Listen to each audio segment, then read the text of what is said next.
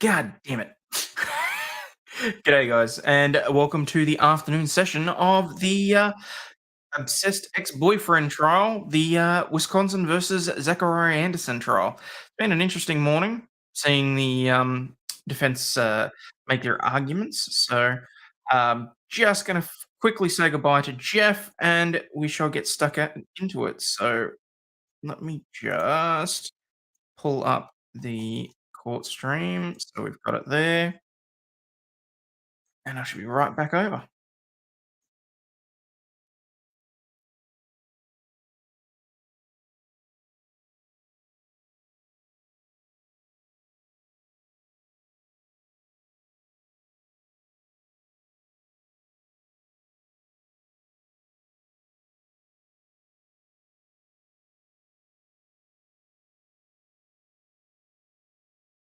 All right, there we go.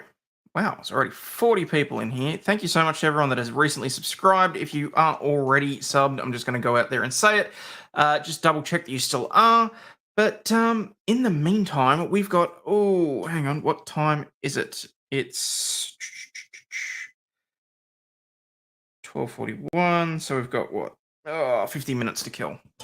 So hopefully Chandler's going to be making the jump with us. If not, I'm sure I can send out a few. Thank you very much, American Dreamer, for the super chat there. Let's get the party started. Absolutely, provided I stay awake. I'm not going to lie. I made the mistake of not going back to bed. I'll be perfectly honest there. Renee Collins, thank you very much for subbing and hitting the like button. Very much appreciate that. Just subbed. Thank you, Billy Fairy Princess. Appreciate that too. Where are we? Let's come on. Look, nothing hugely earth-shattering. It would, for the most part, we had a forensics expert that decided to wear his vest into court, which I didn't quite understand. I mean, for the most part, anyone in chat, can you qualify that for me? Would a forensics tech wear a vest like that out in the field anyway, or was that purely show for the court? But no, nothing particularly earth-shattering. So it was mostly just foundation to get the bits and pieces in. So, Kitty, hello. My eyes are particularly blue today. My eyes are particularly out of it. Not going to lie. Actually, I'm going to crack the energy drink now so that I am able to keep this up. Coffee has not quite done the job this morning, so cheers, guys.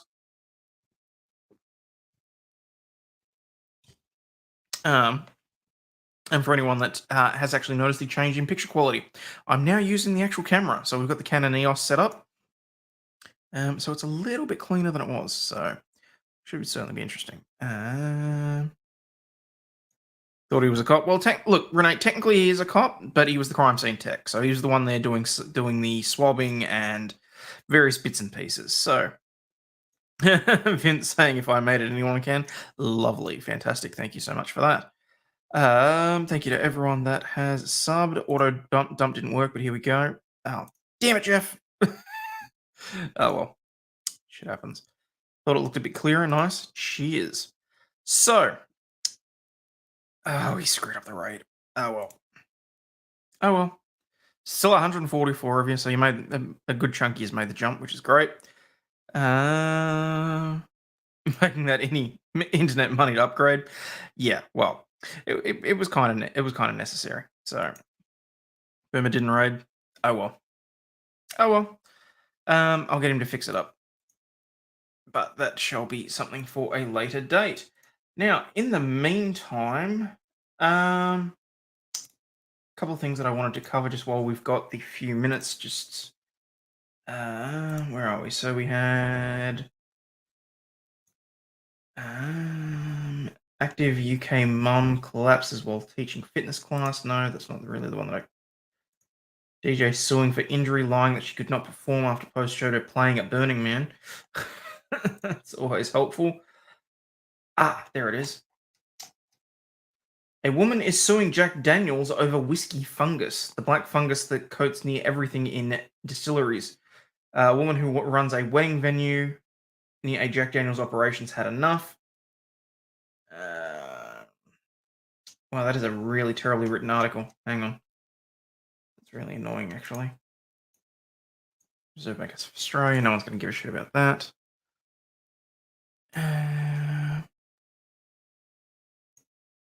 Vices, I left it in the private chat before I left, and thank you for boomering the raid too. I'll send it to you on WhatsApp. Hang on, give me a second. There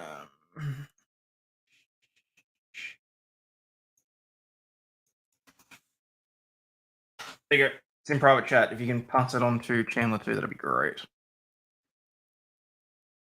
Actually, I can find Chandler on Twitter. Give me a second. Why am I being lazy like that?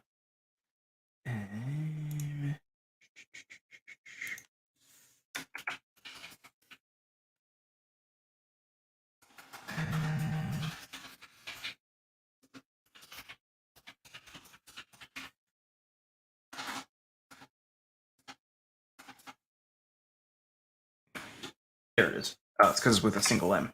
That's why. There we go. Chandler. There we go. Okay. So. Boss is getting Fuck It Friday tipsy. Well, he's got a long way to go. He's got a few of those things already put in the back pocket. So get some booze. Let's get you lit. Need a drinking companion.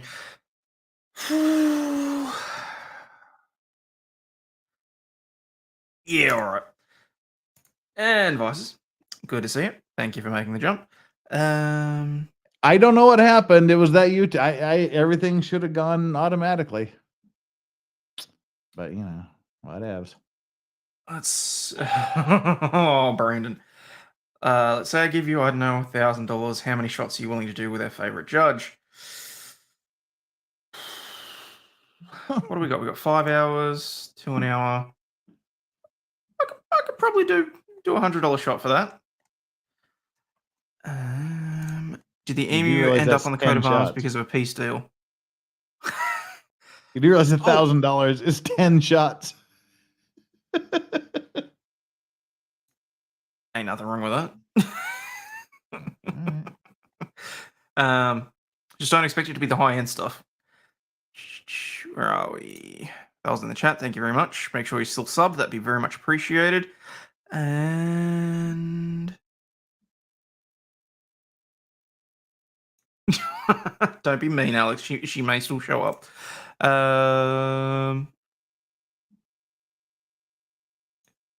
I send USD, they better be 1.5 ounce. There'll be the proper shots. Look, I got the proper double-sized shot glasses. There'll be proper American size shots. The Australian coat of arms has a emu and a kangaroo on it because they never back up. That is true. They can't walk backwards. So, hey, Sleazy. Oi, oi, oi. Now, where is... There was something I was going to do, which for the life of me, I cannot remember. Oh, yes. Did anybody see that there was a car that crashed into another car that crashed into a building that then collapsed the building? And this happened in Baltimore. So, wow. Like, yeah. Cause and effect, man. Make it 12 and we have a deal.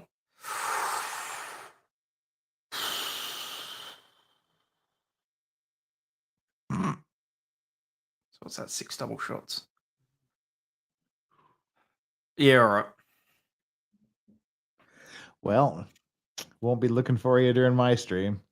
G'day, Chandler. Thank you for coming across. Gonna pull the fake show double shot scheme? Absolutely not. Absolutely not. Why on earth would I do that? Actually, I'll tell you what I do need to do is make sure that I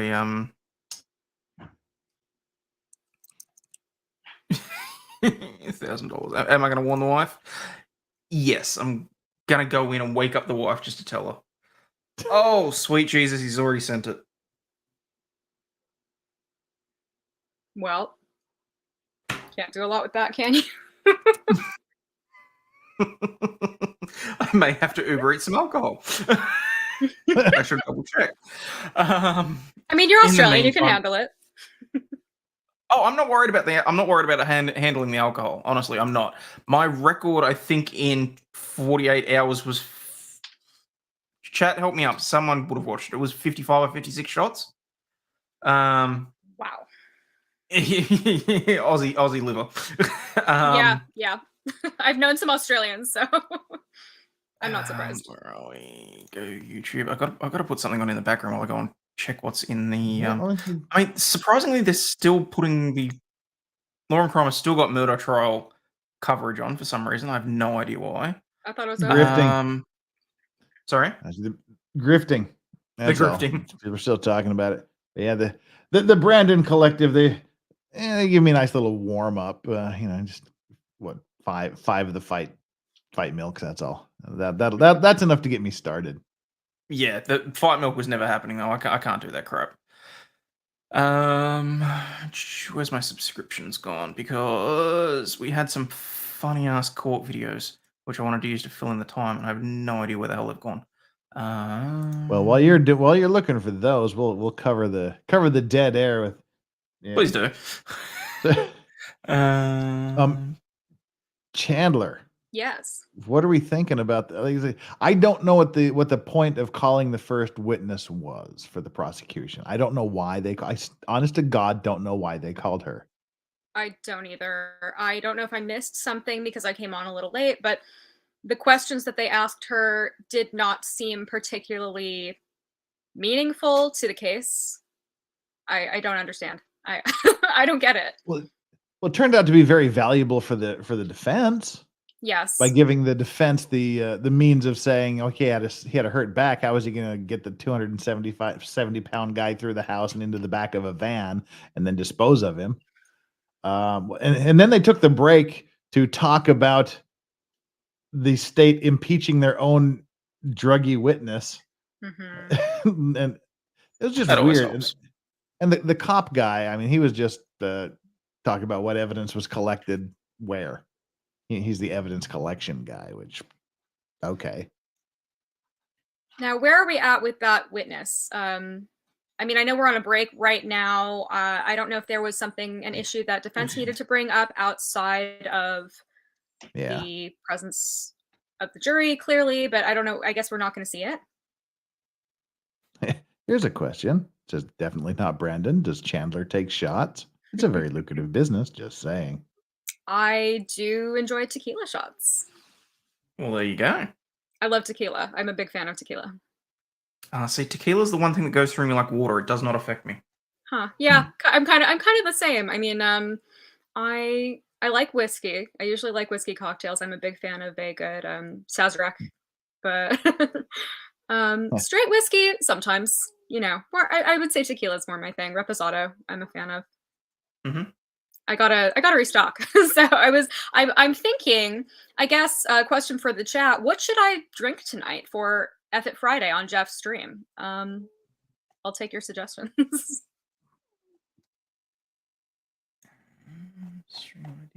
Jeff, are you only gonna be doing shots of whiskey? And if so, what whiskey are you gonna be enjoying? My top tier one will be a Glenfiddich 18-year single malt Scotch.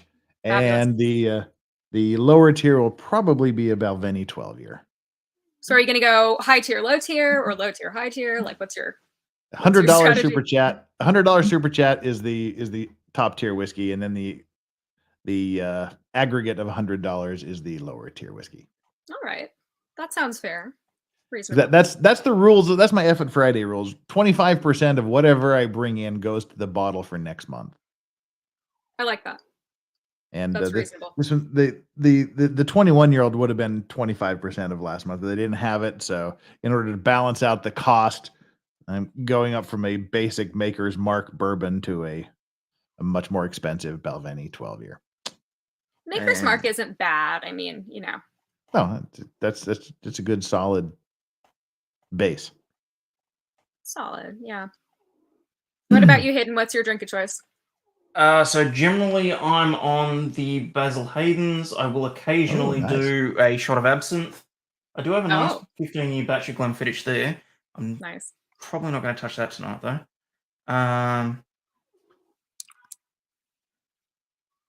Flux says it's the Vag whiskey. I don't know what you're talking about, Flux. What is the Vag whiskey? Never heard of it. I don't know her. Flux, what's the Vag whiskey? One tequila tonight, 10 years ago, and I still can't take it. To be fair, it was quite a bit of tequila. Yeah, I'm kind of the same with what is it? Johnny Walker. Because I had one night where I drank an entire bottle and just added it to Flux. yeah. It's Maker's Mark is the Vag whiskey. Oh no, we're not going to go there. Let's yeah.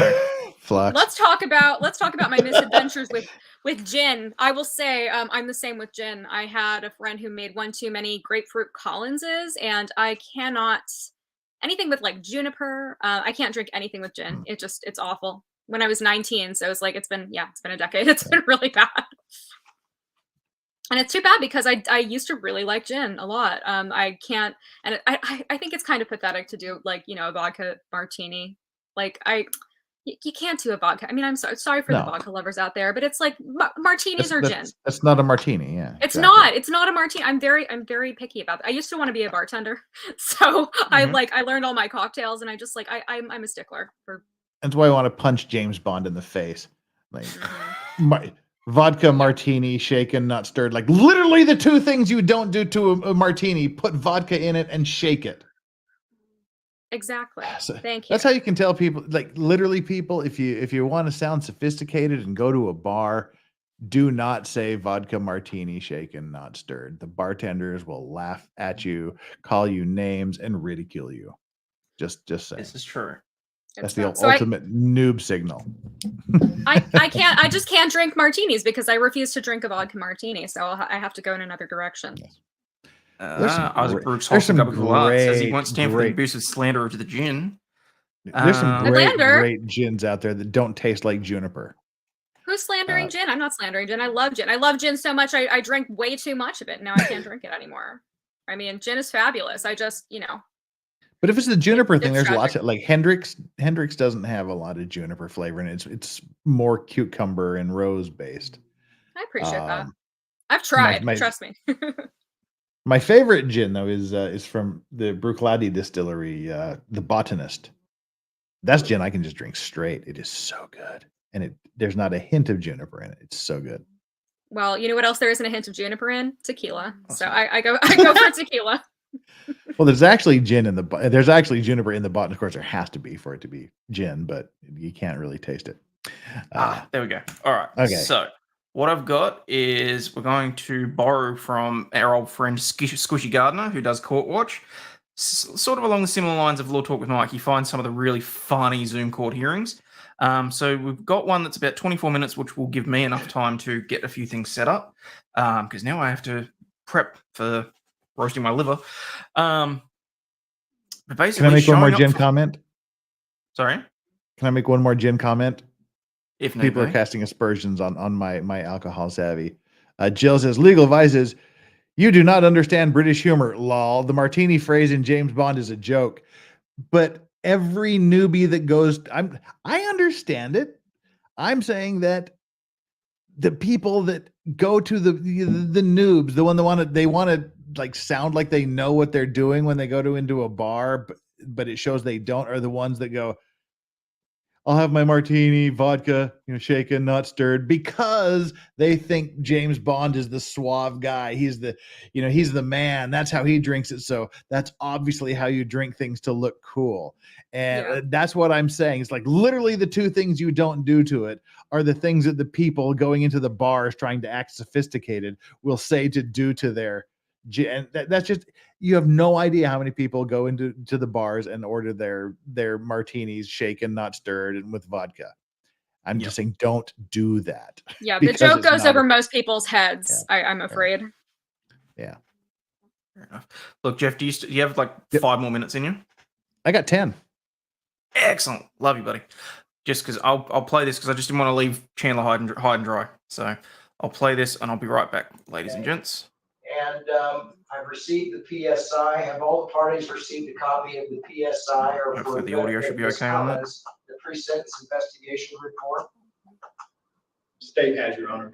Yes, Your Honor. I want to commend you folks on getting this matter resolved through mediation. Mediation is a good process. It's not always successful, but when it is, it bestows the benefit upon the defendant of being able to control her destiny for lack of a better term, as opposed to what may happen if you proceed to trial. Nothing forces you to do it, but sometimes defendants like to determine the outcome of things, or at least know going in the door what's going to happen. So good job to all of you on that. So with that being said, Mr. Mosher, you had something you wanted to address with the court? Yes, Your Honor. Prior to proceeding with sentencing, Your Honor, I'm requesting that the defendant undergo a UA. Based on my observations, the observations of law enforcement, and the observations of court personnel, I have reason to believe that the defendant is impaired or under the influence. She is currently subject to bond conditions to where she is not to consume illegal controlled substances or alcohol, and is subject to random UA, breath, or blood tests. And based on that and the seriousness of these proceedings, I believe that my request for UA is reasonable. Mr. Premier, what's your Wow. position on that? Show up for your sentencing Your Honor, I drunk would when you have an object. order not to My drink client alcohol. is not under the influence of any illegal substances. She does take prescription medication. And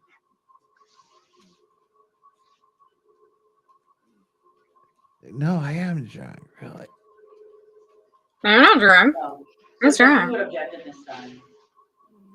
I think the number one question I've got is, does your client actually take prescription medications? And if so, what are the side effects or contraindications?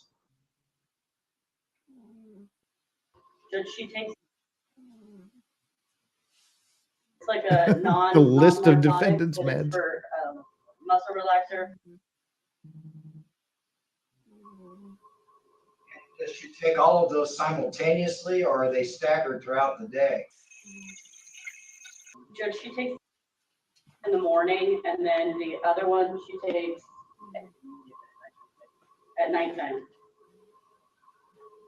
Mr. Mosher, what's the basis? What phenomena or symptoms have you observed that makes you think that a UA may be appropriate at this time?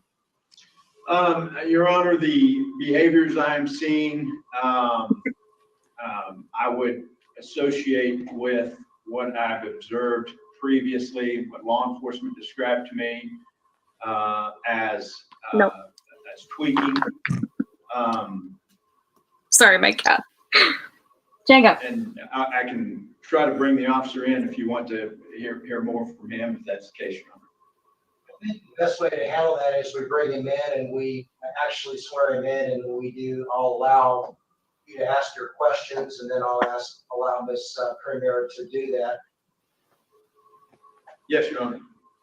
Yeah, don't show up to your sentencing tweaking, especially if you're not supposed to. Your Honor, he got called for a EMS. That would be bad, flight, yes. But he believes there's other personnel to cover, so he said it'd take him about 5 minutes to get here. Okay, if we can stand in recess at this point.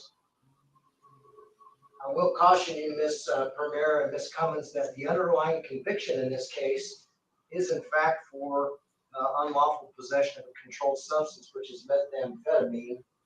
And if in fact if the court orders that you were to submit to a UA, I'm going to be very, very concerned if in fact you test positive. And maybe think about that for a few minutes, and maybe. Yeah. I mean, I can tell you now that my client will likely test positive. Don't. I don't think that she's currently under the influence at this time. I've met with Ms. Cummins on numerous occasions, and I don't see a change in her behavior. That's my observation. Clearly, she does have a drug problem. That's why the plan was to get her on probation, get her into a drug and alcohol evaluation, and then. Well, not seeing a change in her behavior. I mean, if she's a meth addict, then wouldn't it seem as though that's kind of a problem? Today. Well, okay, she does have a bond condition then that requires her not to utilize drugs. Additionally, she's a convicted felon at this point. There's an admonition, I'm sure, from Judge Velez that she wasn't to utilize any substances between now and then, or not to engage in any unlawful activities. And the concern becomes, okay, based on my fairly knowledgeable experience with this, there's a fairly short lifespan on the metabolism rate of the methamphetamine compound. So that would indicate most likely recent or heavy usage. So, Mr. Mosher, if we assume for a second that she's going to test positive and she does not challenge it any further, what would the state's position be? Your Honor, I to some extent, I would leave that to the court. I'm just concerned if Ms. Cummins is impaired to, and this isn't the first time I've encountered this type of situation. I've taken the same approach. Given the seriousness of the situation, I'm concerned with going forward with sentencing if she is in fact test positive. Okay. If that's the case, then I most likely will probably agree with the state, because the last thing they'll really want is an individual who ostensibly is under the influence, particularly if her counsel has a good faith basis to believe that she will test positive, and we will continue the sentencing, and I will probably want her taken into custody until she presents with the clean urine sample. And then secondly, she'll be tested before her next sentencing hearing. So why don't I go off the record? Ms. Premier, you go and talk to your client for a minute while we wait for the officer, and then you let me know what you want to do after having time to consult with your client. Judge, I have consulted with her. Well, I'll talk to her now. I'll be back in a few minutes. That's fine. All right, we'll stand in recess. Kansas, we've had proper, well, let me get back on the record. Sorry. We are back on the record in State of Kansas versus Jennifer Shanae Cummins. The case number is 20 CR 17. Ms. Premier, I've provided you an opportunity to confer with your client in confidence in regards to the state's request for a pre-sentencing UA. They've at least proffered a good faith basis, and you've at least proffered some disturbing facts. I left the ball in your court. The officer is now present and can provide the court with his testimony. Have you, after discussing with your client, how do you desire to proceed at this point? Well, Judge, I mean, she will test positive. I don't know that the officer's testimony is needed today. I don't know if he's ever even met her previously, but Judge, I could make arrangements for her to get a drug and alcohol evaluation between now and her next sentencing. No, this is Jack Matt. This isn't the Rittenhouse judge. This is just a rando judge. Periods of sobriety. They're on lunch break, so we're just chilling. Would relapse. She has had two recent deaths. A stepson of hers passed away in June, and then recently a friend of hers committed suicide. So that triggered her usage. She does believe that she can maintain sobriety and doesn't feel the need that she needs to be placed into custody in order to be sober. I will tell the court that she does have 2 young children, which she has custody of, and maintains the home for those children. So my concern is if she does go into custody, or if the court orders her into custody, that this could trigger a whole sink case and it could be placed in DCF custody and just disrupting the whole family. Where's the natural father at, or the significant other? Where's the unnatural father? The oldest child, her father is incarcerated somewhere, and then the youngest child, he lives in Wallace County and has weekend visitation.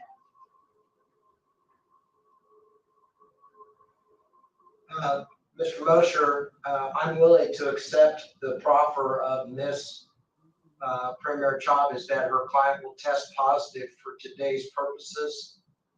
Is that adequate for your purposes, or do you still want the officer to testify?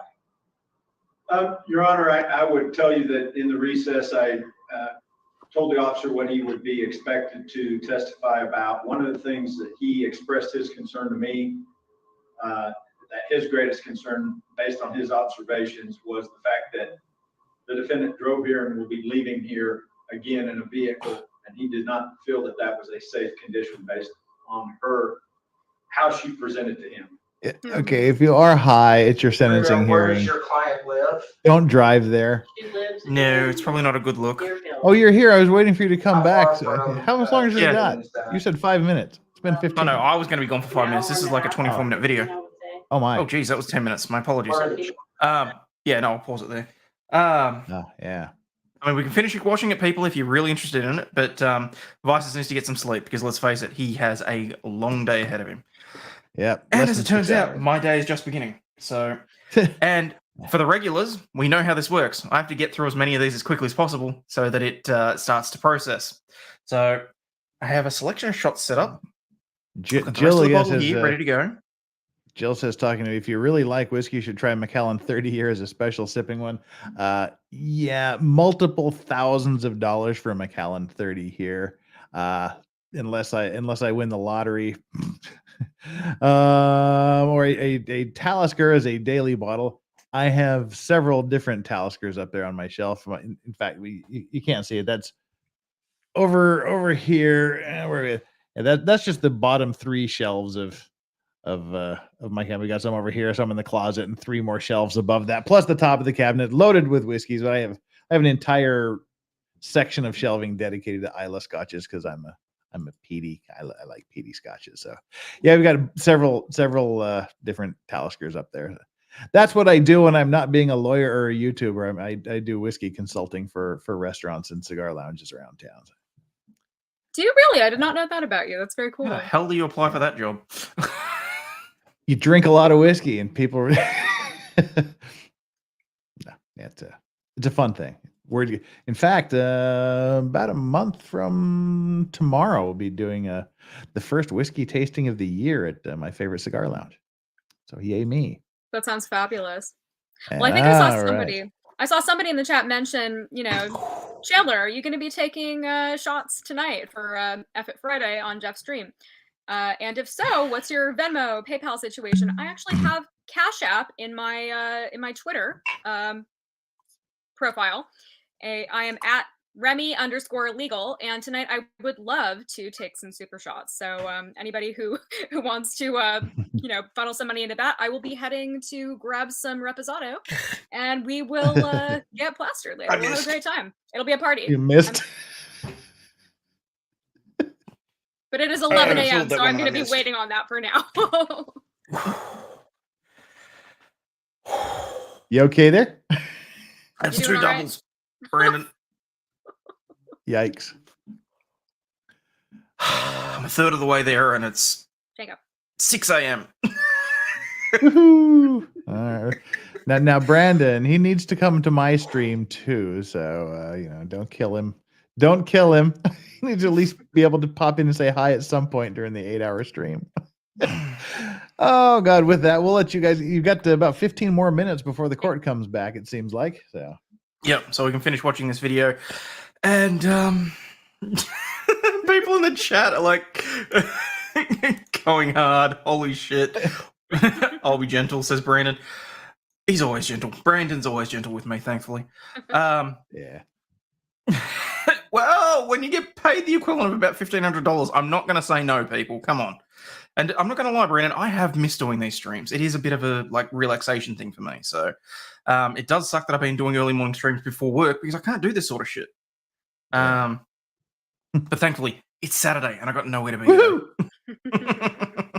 And on that note, I'm going to go grab my 5.5 hour sleep, 5 hour sleep, something like that. And we'll see everybody whenever we see y'all. All right. Adios. Good night, Jeff. Sleep well. Take care. Bye, all. Thanks, Bye. everybody. See ya. Yeah. Whew. All right. So I gather that this chick is actually high in court. I presume that the prosecution is not pleased with her. No, it would appear not. They went back and forth a little bit. I don't know if you've watched this one, but No, this is news defense to me, counsel so. defense counsel is now saying that yes, she's going to test positive.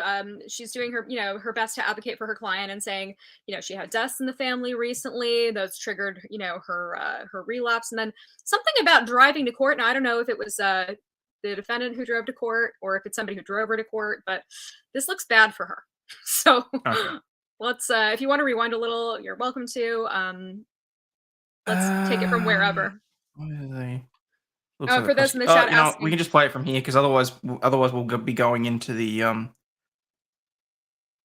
What's wrong with the Twitter handle? What's wrong with the Twitter handle? Did something happen to your Twitter handle? Mine's still up there as far as I'm aware. Mine? I'm not sure. No clue. Whew. Hopefully I didn't miss any super chats or anything while I was away. I mean, there's one here. So what did I miss? What is this?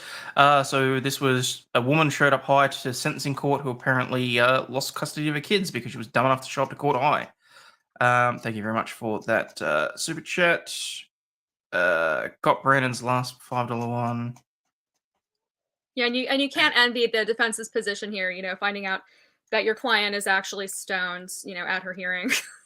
Yeah, finding that out at the hearing is a little bit rough. Yeah. Not gonna lie. Yeah, because she started off, well, no, she takes some medications, and now it's like, no, well, she's gonna test positive. So I don't know if it was meth use or what they were exactly talking about. But the funniest thing was when she said, oh, well, her demeanor hasn't changed to me, but the lady has a meth addiction. So that's kind of a bad sign, I would say. Yeah, because that would to like me her just demeanor shows to that she's been change. high this entire time. Yep, pretty much. She was high when I met her. She's high right now. Her demeanor's exactly the same. So Yeah, so that to me says she's been high the entire time. Who was the first witness today? They Weidman? had the ex-girlfriend. Or was she, yeah, yes. so the ex-girlfriend was on before the crime scene investigator. Guys, I'm not going to lie. By the end of this, I'm not going to be terribly coherent. So let's just... I can help out if you want a little bit. It's 11 a.m. here, and I have no alcohol in the house. So even if I could take shots, I would not be able to. But the first That's witness fine. was Christina something. Yeah. Christina, I want to say Meacham, something like that. No, that was, my apologies. Christina, the ex-girlfriend of the defendant. And she was a great witness for the defense. Testifying to the fact that the defendant had back problems, which would have been it would have made it very difficult for him to lift a 270-pound body and dispose of it. Yes, that is absolutely true. There is no way in hell with the supposed amount of blood splatter, with the supposed amount of blood that was left, all that sort of stuff. There's no way in hell he lifted a 270-pound man across that room without leaving a trail or something. There's no way. Not a chance. No. And I mean, even if he cut him up right there in the middle, I think he would have some evidence of that probably. So I don't really I think see there'd be a lot more blood, honestly. I think so too. I think there would be a lot more blood. I haven't seen enough blood. I mean, I really thought that it was going to be like this big bloody scene and that maybe that one shot, you'd pan. Nope. We panned around the room. I haven't seen enough blood yet to convince me that this guy's really dead. I think he hit his head and he's on some vacation or some cruise somewhere, living a new life, starting over. Flux, I'm not going to lie, you're the one person that scares me when it comes to drinking. I think you're probably the one person that can put me under the table. And Polish. Yes, I'm Polish too. Poles can. Oh, well, there you go. We drink a lot of vodka. I'm gonna be favoring tequila tonight, but yeah, no, definitely Slavs. We have a high tolerance. I'm sorry. We're the Anderson trial's at lunch at the moment, so we're just watching a different thing to fill in time, basically. So no, this is completely unrelated. So this is just a woman that showed up high to court and apparently lost custody of her kids at the time. So actually, we should get stuck into that because otherwise we're not going to have time before the court gets back because we've only got 11 minutes now. Sure, let's do it. I'm sorry. Where are the children at now? Oh, they took the bus home from school, and so they should be at that residence. Who lives in the residence besides the defendant and the children? Burrito time. Nobody else. Are there family members in the town where she lives at? No, Your Honor.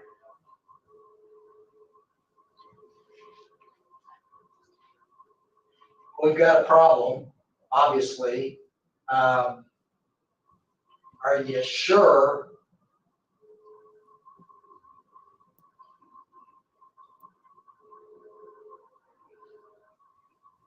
Judge, she could make, if the officer is concerned about her driving, Ms. Cummings could make arrangements for somebody to come pick her up and drive her back, and then they could possibly come and retrieve the car with someone else if the officer has concerns about her driving. Well, I would think that Ms. Cummins would be concerned about her driving because the officer ostensibly has a good faith basis to issue yet another charge, and I'd be worried if I were her about having a potential another conviction.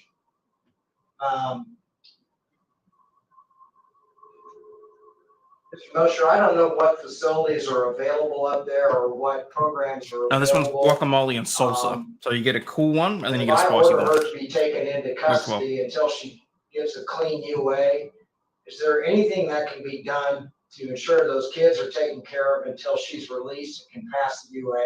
I don't want them left alone. Yeah, I understand the court's concern, and I do not know because, you know, Deerfield is Kearney County, I believe, and I'm not sure what's available there, Your Honor. Well, I suppose an order for protective custody could be issued, but that would need to originate from the county where the children are at. Am I right on that? Yes, Your Honor. I believe that is correct. All right. I'm going to order that the defendant be taken into custody until she completes a urinalysis and is clean. I'm going to ask that the county attorney contact the Kearney County attorney and take the children into protective custody, and we'll let it fall out from there. I don't think we can jeopardize the safety of those children if mom is in a remission right now. That means those drugs may Holy crap, thank you to everyone that subscribed. I've jumped like 100 subscribers in the last hour. And then we're going to go ahead and reschedule the sentencing on this matter. Yes, Your Honor. Ms. Chavez, Mr. Mosher, how likely is it that you can get that accomplished, or what happens to those kids if, for example, you can't get hold of Mr. Gallegos?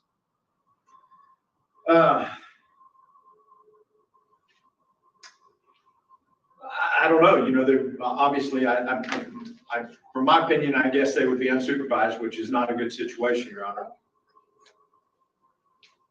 As an alternative, I think these kids can be contacted and maybe I might have to take you up on that. Yep. As well. Judge, my client believes that if she were to reach out to the youngest child's father, that he could possibly care for the children instead of placing them into custody until she's released. Something that can be accomplished fairly quickly. Yes. All right, next 5 minutes. Yeah, can we take a recess to find out if that can be accomplished, Your Honor? That's what I was going to suggest. Whatever helps you sleep at night, All honestly. right, we're going to stand in recess. If it makes you feel better, just think that I'm in a dome in Ohio. Methamphetamine on this date, the date of her sentencing. So with that being said, that brief overview, Ms. Schroeder, what's your client's position at this point? Judge, I wanted to let you know I spoke with Retta Underwood, who is the maternal aunt of Miss Cummings. She's actually on the line. I just had her hold on so that if you wanted to hear from her personally, you could.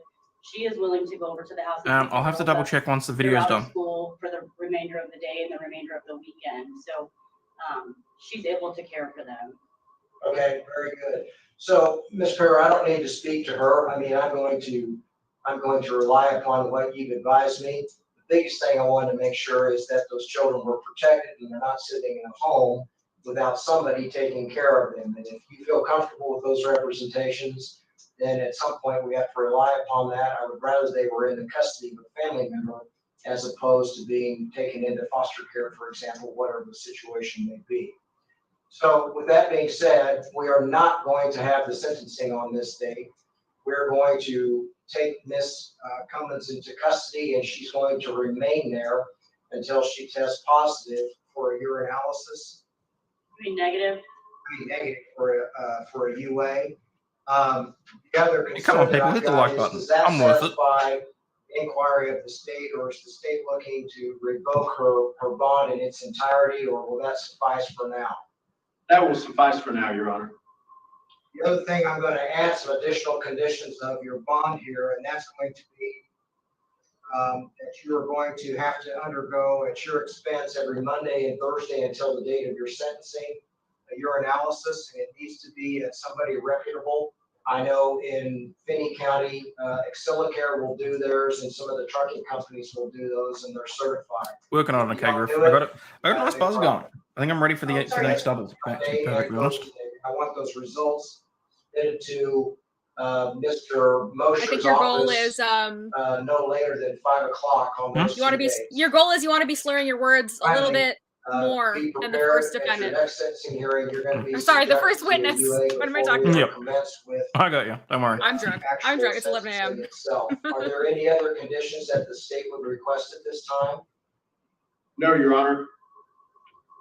All right, so the next thing we're going to do is we're going to look for a new sentencing date. Look at it this way, guys. Brandon's just financed half of my plane flight to Matsuri in August. Between now and the next sentencing date, that you obtain some type of drug evaluation if possible. Let's go, Brandon. If not, it will be ordered pursuant to the PSI. If your client truly has the problem she does, says she does, it may be beneficial to even assist court services or community corrections, excuse me. He's a generous guy. You have a really nice Your Honor, chat. just not to interrupt, but I still have Miss Underwood on the line. Brandon's Can I freaking let awesome, her go honestly. So she's not just on hold. That's fine, and you can authorize her to go and pick those children up now. Miss Underwood, can you go get the children? Yes. Okay, so They need to be with family. okay, so if you wouldn't mind going to get them, I'm gonna let you off the line, okay? Okay. Thank you.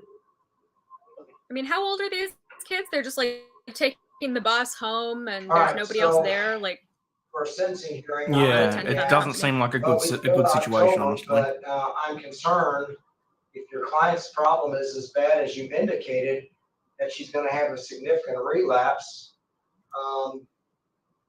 There's going to be bigger problems. That's what I'm concerned about. On the 5th of September, I'm available. That's Labor Day, Your Honor. So I'm not That's- available. 10 Mountain, that'd be 11. That's probably why he was Central. available. His All right, I always his get calendar was confused on empty. this. If I need to be there by 10 your time, what time do I need to leave here?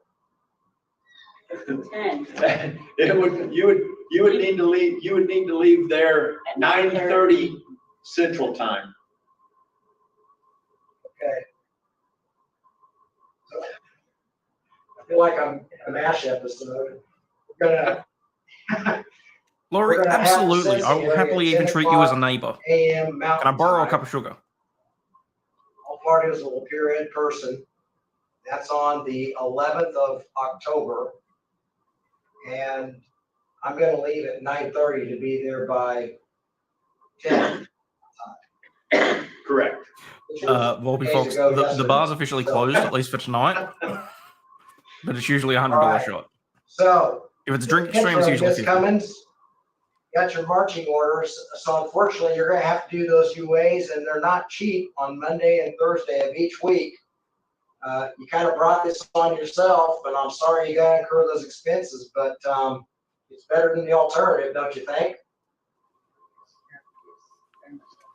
Okay, And those need to be faxed or emailed to my office by 5 p.m. on the day of the test, correct, Your Honor? correct. It has to be from a reputable or certified individual testing agency. So for example, I had a case one time where domestic matter, but the husband was is utilizing the trial back on? heroin and meth, and the judge ordered him to submit to a UA. Well, he took a video of himself taking a pee, submitted that. Just realized it's muted. Sorry. I've got the stream in front of me. They're still showing the That seal. doesn't work. Then he tried a home kit remedy. No, that doesn't work. I want it from an agency because he was manipulating it. So that's why I want it to Got be it. from somebody reliable. All right. I would impose a reporting requirement, but Did I I just hear don't him say he know was- if Kearney County would do that, Like and a having a report video of by himself phone to the taking a Greeley pee? County Sheriff's Office seems like kind of a waste of time. So the original conditions of your bond are reimposed. You've got your UA requirements that are imposed on you. And I think you got more at stake the next time around if it happens again, because then your kids are going to be brought into this in all likelihood. So have I made myself clear today on what's expected of you, Ms. Cummins? Yes, Your Honor. All right. Is there anything else we need to put on the record for today's purposes? Judge, I just have a few questions. She's gonna stay in custody until she tests negative. How often are they gonna Apparently he test her? sent you something. Nice. Well, that's not Thank my you very issue. much for that. I'm think they're gonna test her as often as they need to until they get a clean sample. So perhaps the best thing she would be to do is to say the last time that she used and then calculate it out from there and then come up with a reasonable time. I just wanted to make sure that she's just not, they don't just leave her in there. Well, no, I think law enforcement has a good faith obligation. Mr. Mosher's gonna make sure that she's submitting to a UA, at least on a regular basis, maybe once a day or whatever until she tests clean. But I don't think they're just gonna leave her there, but obviously if she just used earlier today, you gotta wait about 24 hours for it to metabolize anyways. So in all likelihood, they'll start tomorrow. She will be tested daily, Your Honor. Okay, thanks. And then, Your Honor, you stated earlier that she can get testing done in Deerfield Yeah, Brandon. Number 6. or Garden City. Did you name some places? I'm not familiar with where that she can. One place, and that was called I think the call's Accelerate. back. It's a physical therapy place, right. and they also Do do.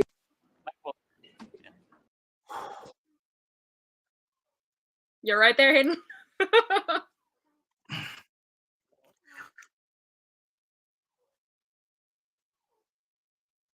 You're good. Yep, it's fine. Yep.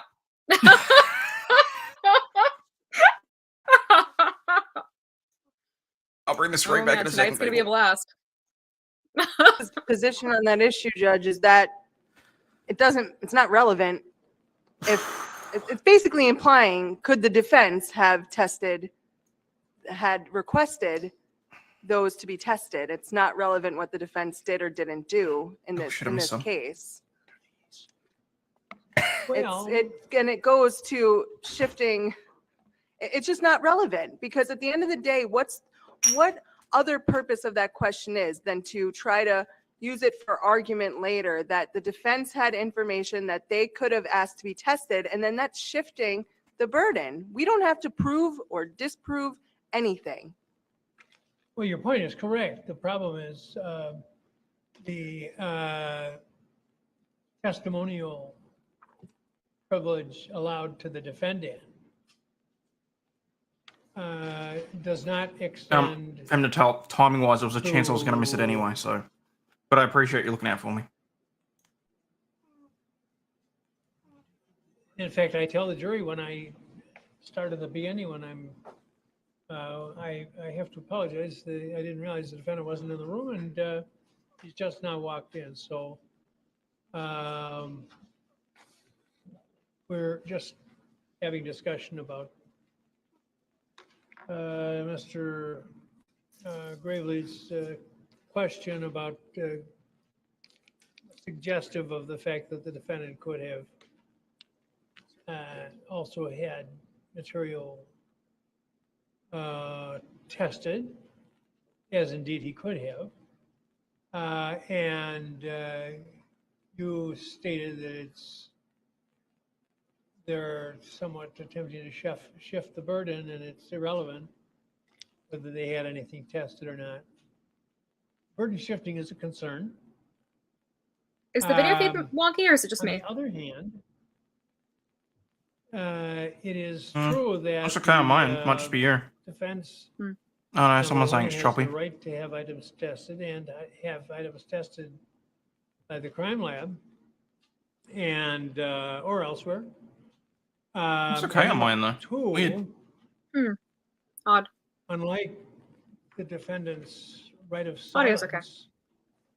which is constitutionally protected, I'm not aware of any protection to the defendant's decision not to investigate what evidence there might be. But that, of course, that does coexist with the fact that the defendant doesn't have to prove anything. But when you've raised these issues, then I'm wondering, is it fair game? No worries, guys. I'll pull it up for on my the phone to have a state look. Say, well, if you were so concerned about the inadequacy of the police investigation, what did you do about it? But then how is that not putting burden on the defense to prove something or explain to the jury why we did or did not do something? It's completely irrelevant. Our whole theory is the theory of it was inadequate policing, inadequate investigation, inadequate testing of information. Those facts exist. It was in the possession of the state. They Yeah, didn't okay, I'll see what I test can it. do. Also, That thank you, doesn't Chaos then Coordinator, open for the the 10 door to memberships. say, That's oh, awesome. we're going to actually now point the finger at the defense that they didn't test anything.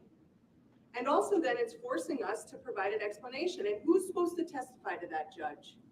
Well, the issue I think does arise.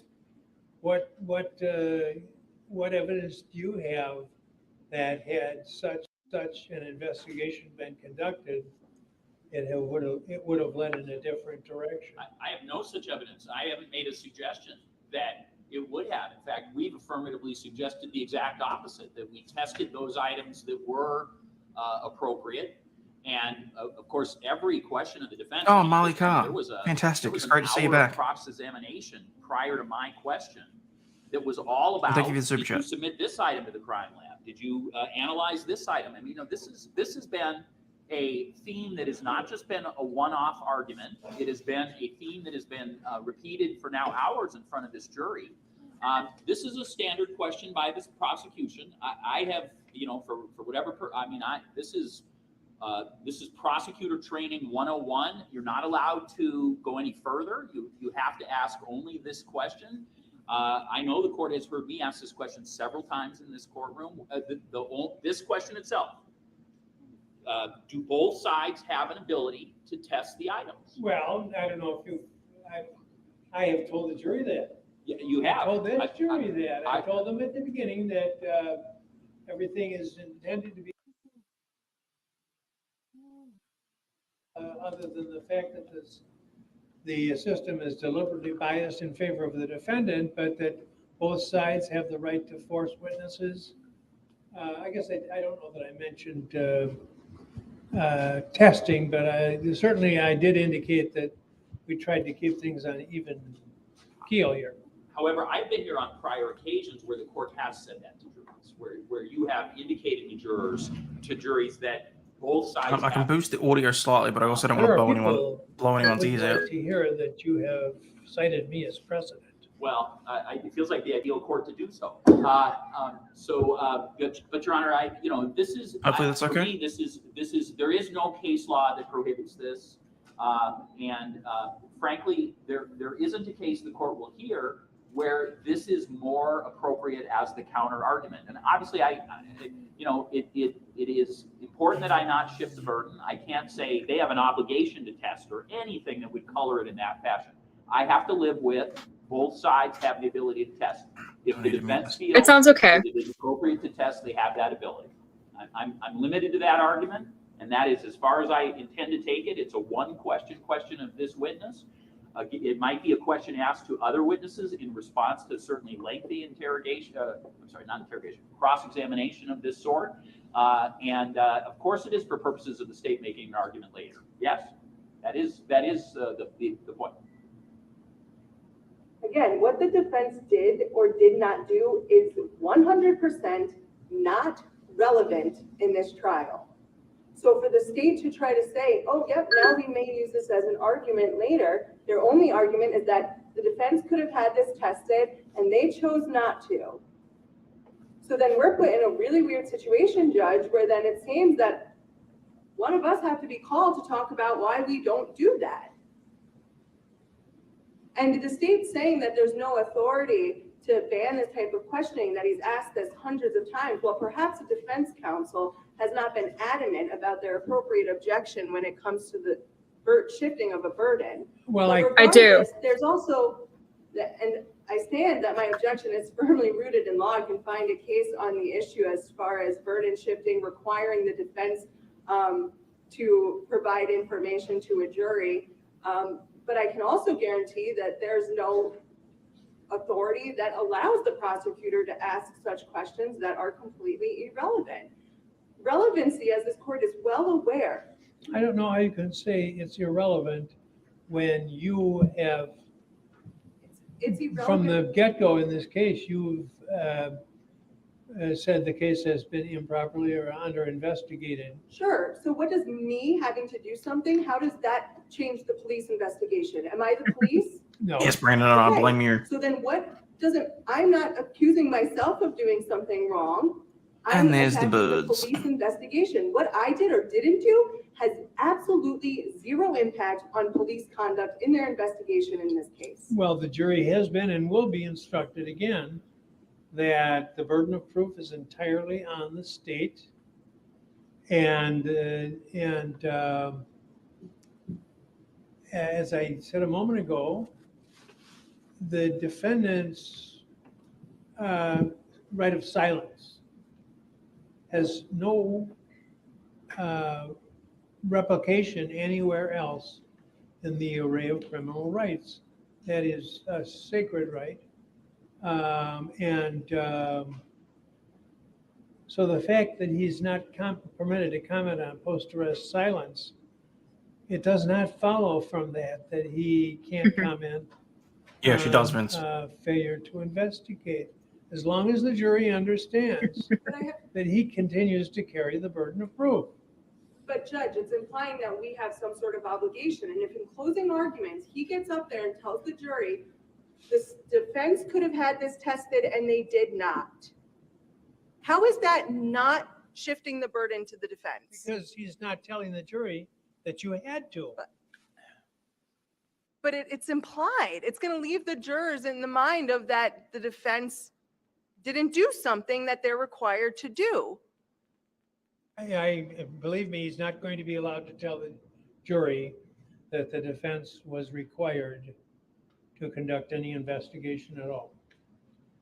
But whether he can plant that seed with them. But see, that's the problem. Planting a seed for what, Judge? For the conduct that the defense didn't take. The jury. How is that permissible under the law? That's shifting the burden. No. We're planting Now a seed. you've got the burden. You've got to tell me why that isn't in accordance with our law. Because it's you just said it, that he can plant the seed. Plant the seed for what? That the defense could have investigated things and didn't. Or should have and didn't. And that is completely irrelevant. That's impermissible argument. When you say irrelevant, you're suggesting. Sure, if I may, as the court knows, the rule of relevancy is, does it tend to make any fact of circumstance more or less likely, correct? Well, let's put it in another way. Let's say the state did something suggesting, well, the defendant could have come up on the stand and denied all this. Now, why is that not allowed? Not because it wouldn't be a persuasive argument in a lot of cases, but because the Constitution says the defendant has that right and the state's not allowed to force him up onto the stand by challenging the jury to disregard the constitutional privilege and hold the defendant to account for his silence. There's a collateral right with respect to failure to investigate. You don't have to investigate, but I think generally the rule is that it's lawful for the jury to wonder why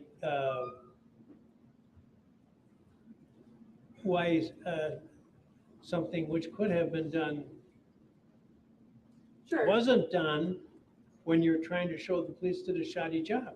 But there is a constitutional right to the presumption of innocence. Right.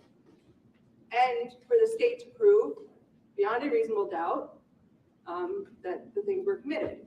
The presumption of innocence is that he is presumed innocent. He has no obligation to do anything. I agree.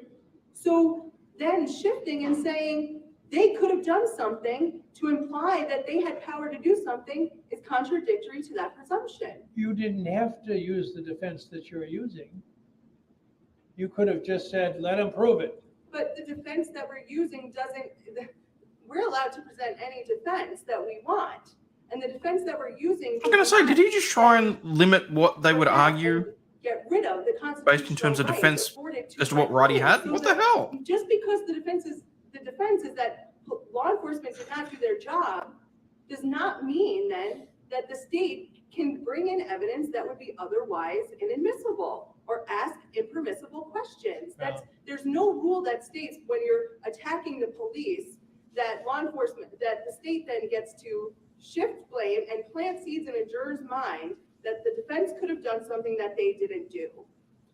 So, Judge, we're in a posture where there's an objection. The court makes, essentially, I think, makes a ruling, and then counsel, to her credit, in terms of being an aggressive litigator, chooses another try. I feel the court has made a ruling and would ask us to be able to proceed. We have a number of witnesses. This is a long case, as the court is aware. I think the court's made a decision. We're ready to proceed. Judge, could I be heard briefly? You, but being needs to shut the hell up. I think the idea of multiple attorneys arguing this after the court has already. The jury's out. Well, It absolutely would be. You're right, that is the usual protocol, and I invariably defer to the reporter because that's why the rule exists, is to protect the reporter from having tried to straighten out who's talking when. So I'm going to allow him a brief response. I don't think I've actually ruled, and yeah, you've been in here enough, you know that I enjoy a spirited discussion before I make up my mind, and I sometimes change it. Go ahead. Both are true. Yeah. Hey, so really, this is more of a exploration of what Attorney Mueller has already said. However, what I think has been left out of this, besides the presumption of innocence, is that this whole defense, the criticizing the police conduct, the investigation, all goes to reasonable doubt. And reasonable doubt is the foundational principle of any trial verdict, where the burden is squarely on the state. And if the court allows them to then have the state turn around and say, well, I guess the burden's ours, but it's not really, it's kind of theirs too. That's the seed we're planting. And so we're kind of eviscerating, or at least seriously diluting, the reasonable doubt standard if you allow them to do that. Because I guarantee he's going to try and argue it in some form or fashion. That's all I wanted to say, Judge. I understand.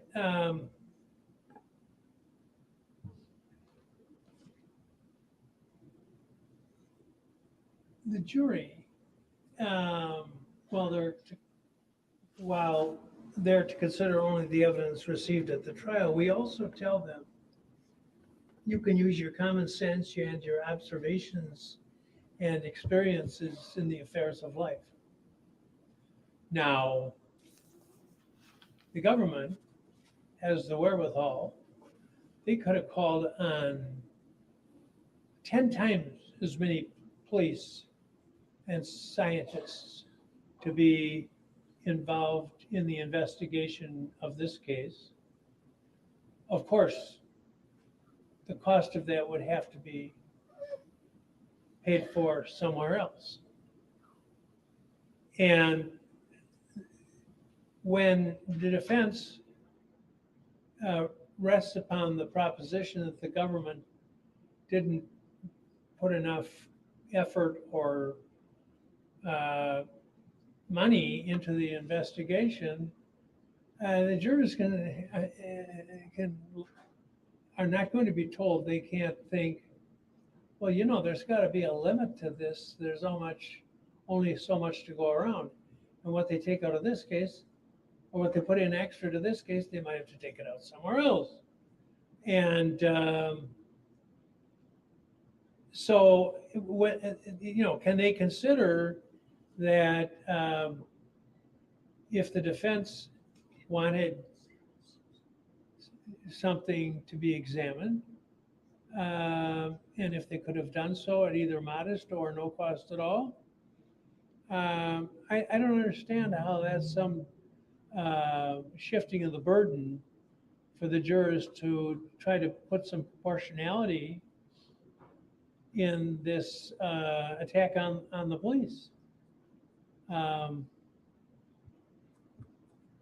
I'll leave it at that. So I think the answer to that is that the implication is we would only be testing something to prove our client's innocence, which is a burden on us. It's literally a burden on the defense to come up with something affirmative, and that's just not our system, you know.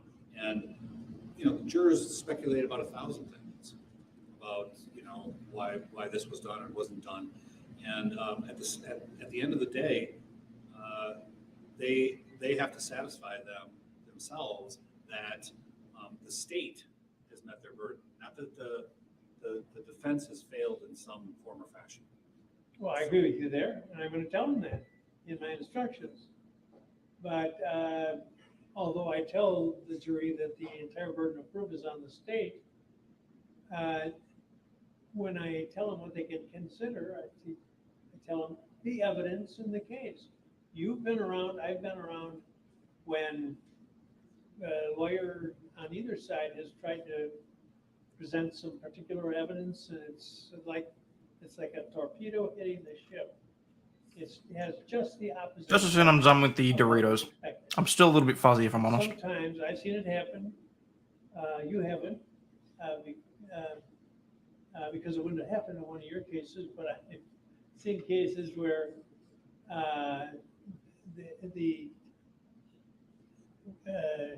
I used to have a full head of hair until I heard some of the questions that get asked. Me too, Judge. Yeah, and I think, why is he asking that? And he gets exactly the answer that he ought to have foreseen. And sometimes lawyers will ask 5-6 questions leading up to it. And I guess the central focus of their entire examination, and it bombs like crazy and turns the whole case around. And then I tell the jury, consider the evidence. That includes when that one lawyer or another lost the case in a single question.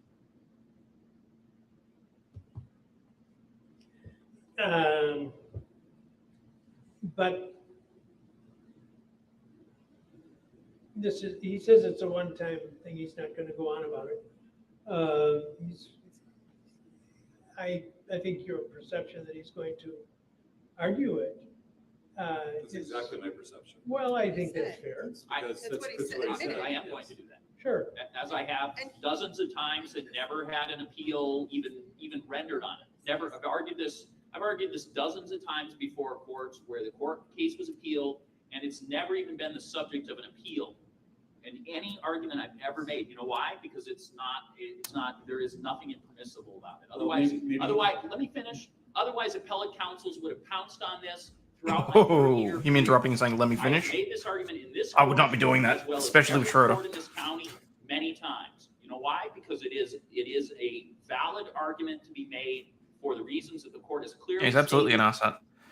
And I'd ask the court to let us go because we got witnesses. So in my 34 years, Oh, yeah. So it's all on your time. maybe Kenosha Bite is me. different. I've spent some time down here, but maybe not as much as Mr. Gravely. What I haven't heard is some sort of citation to authority that allows him to do that. I haven't seen the contrary, and but I also don't recall his ever having done it in here. And if he did, if there was no objection, I probably just left it alone. But I can't tell you. I don't recall it ever happening in here. But I certainly don't doubt him when he said it might have happened in other courts. But still no citation to authority. That's not no, that's correct. So, But so I'm maybe that's the going to, default. If there's no citation to authority, then you don't let him do it. unless I think he's wrong. Well, if I think he's wrong, but I don't think he is.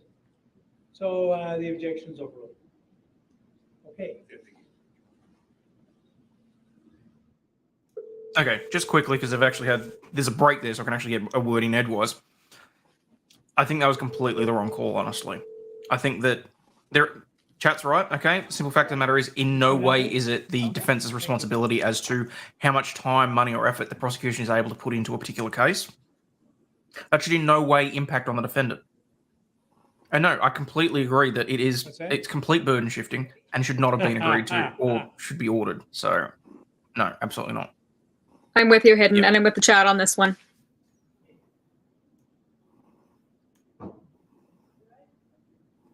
Yeah, I like Schroeder, but I don't always agree with every single one of his calls.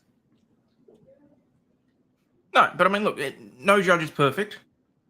He's made some terrible.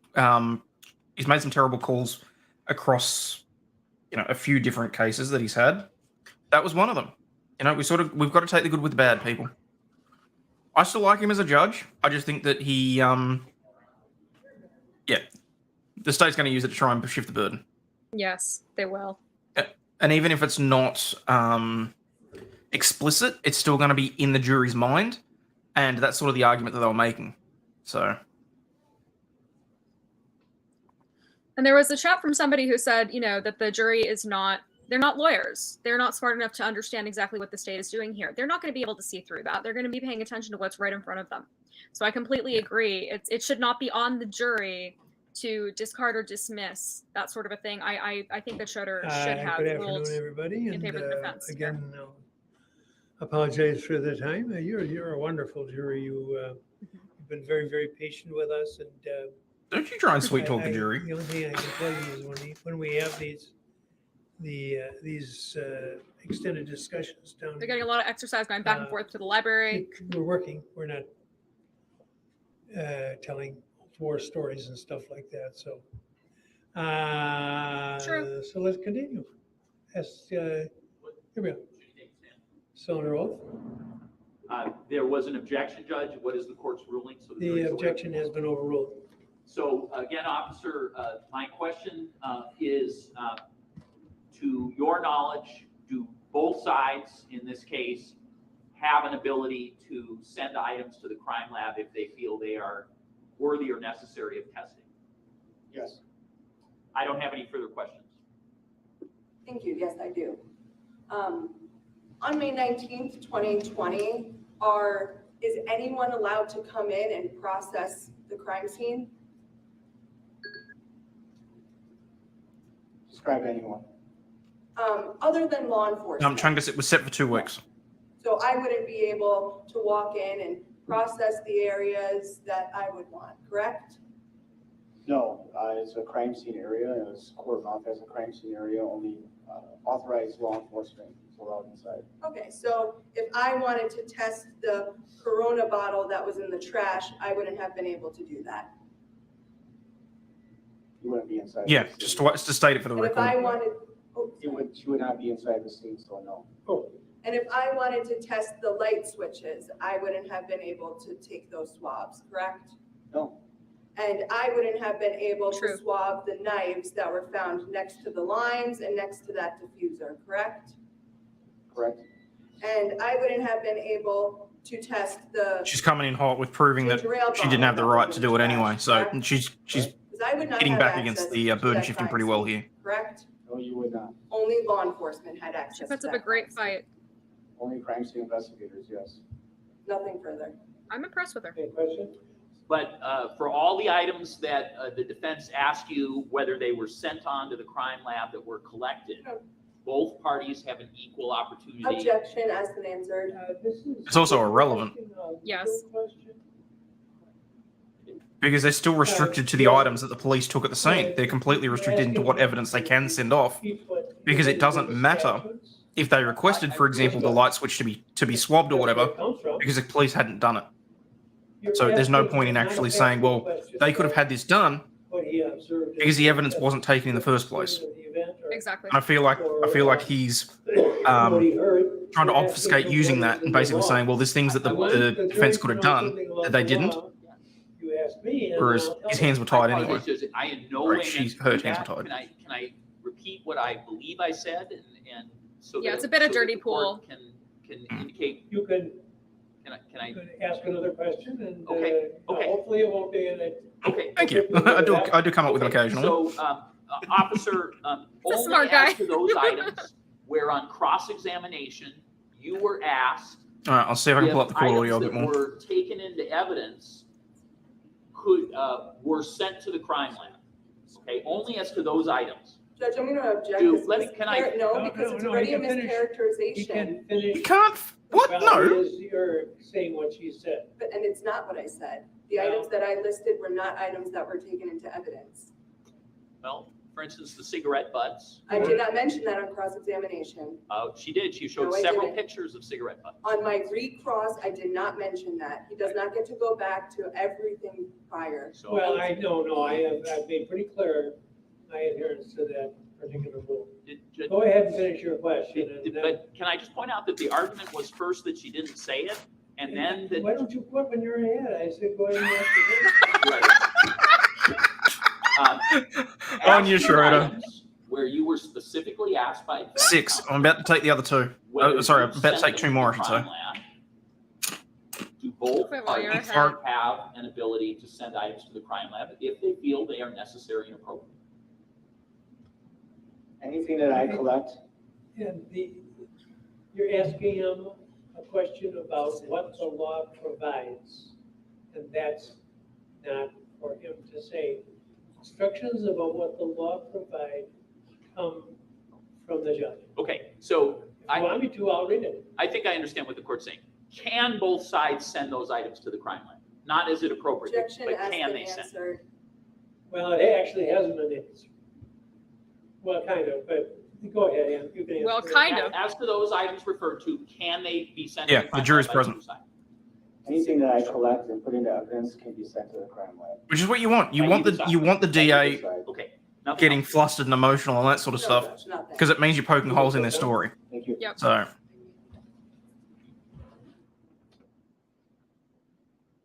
don't get me wrong, The guys. jury's- If I'd spent time in the if I'd spent more time in the prosecutor's office, I may well have a different opinion on most criminal matters. Not so much in this.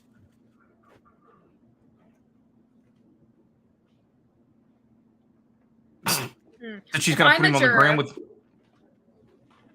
Hmm? Oh no, go ahead. Sorry. No, literally one swift knee to the groin and he's on the ground. Let's face it. Well, Yeah. what are your thoughts?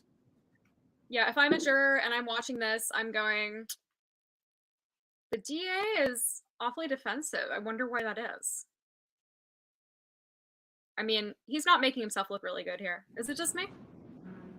No, that's not just you. And Megan Johnny, yeah, there's a reason for that. This is the guy that works above Binger. This is Binger's boss. This is the one that Binger learns things from. Sorry, learns things, I should say. My mouth's getting a little sticky.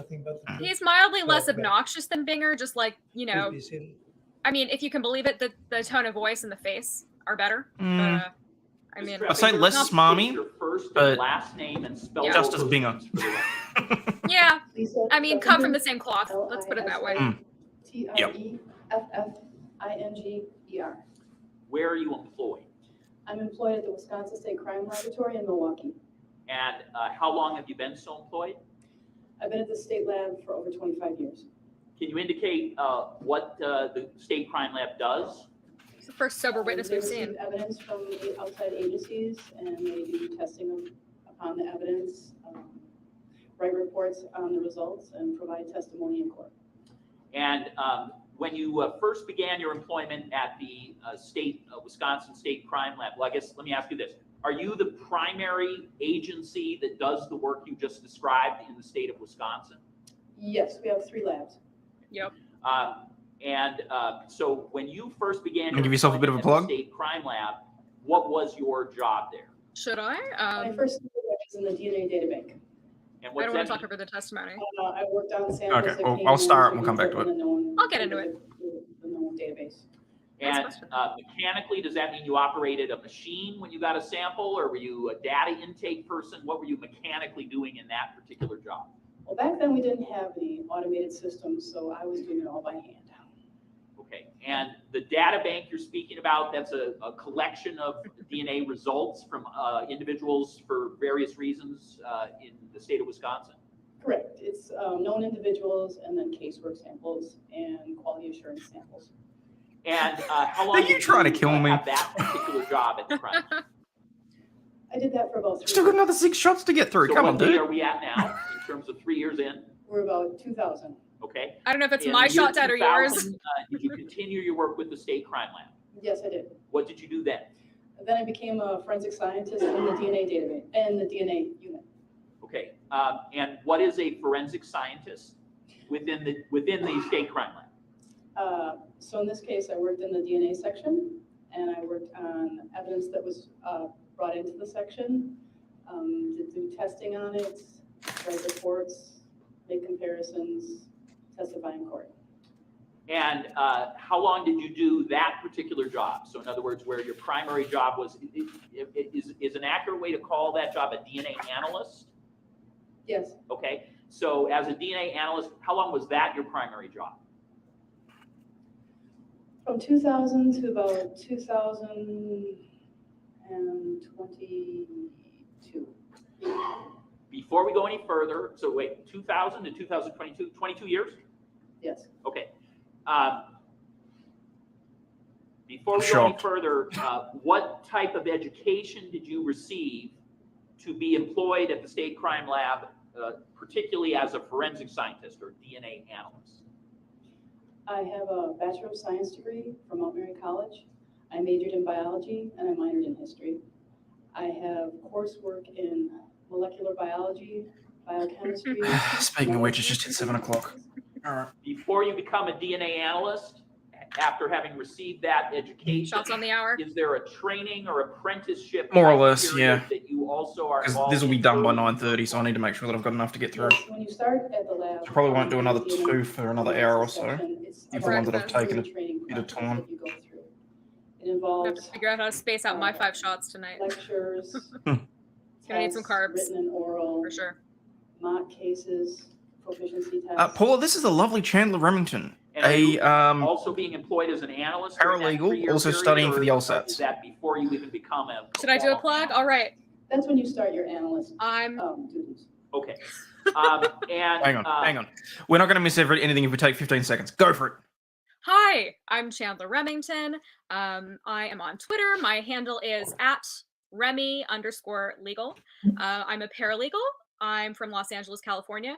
And to the lovely person who asked what area of law I'm interested in getting into, so I'm going to be taking the LSAT in June, and I am currently working in entertainment law. Have been doing that since college.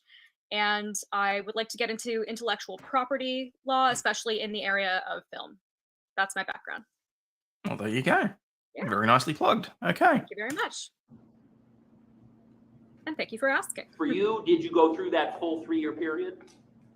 Yes, I did. It was maybe a little bit brief because I'd already been in the data bank, so I had already learned some of that. And my previous employment, I had already had DNA experience. What was the previous employment that caused you to have DNA experience? I worked at the Blood Center of Southeastern Wisconsin, where I did DNA analysis on paternity cases. So after 2022, well, What let me else were ask you in, expecting for a trial stream, Seven Bird? 2020, did you have occasion in the What, who, me? I'm not a lawyer capacity yet. with your work as a DNA analyst to be involved in a case where you were Oh, thank you, attempting Robert. to assist the Kenosha Police Department Thank in you very much. analyzing evidence where the case name for your lab was Rosalio Gutierrez Jr.? Yes, I did. And were you the primary I can't wait till the analyst wife finds out. during the year 2020 and 2021 as any evidence came into the crime lab on that case? Yes, for DNA, I was a primary. Okay. Would that be the way the lab usually works, where they would assign one person, there'd be a primary for as long as that person continued in that? Sorry, Cindy, I tried looking for that question. I couldn't find it. Yes, So, they may have people assist them, but there's usually. did Jeff send you a music album yesterday? The report in the lab. No, he did And at not. some What point album? during Oh, 2 years the then, Ramones did album? you get a variety of evidence at times? I'll have to and follow up with were him on you that when he wakes asked up. to do a DNA analysis of that evidence? Yes, I was.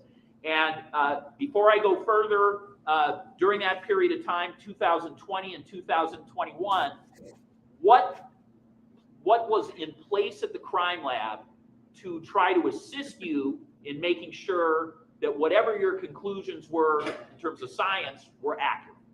I didn't say it. I was thinking it. Our lab is accredited. We have standard operating procedures that we follow.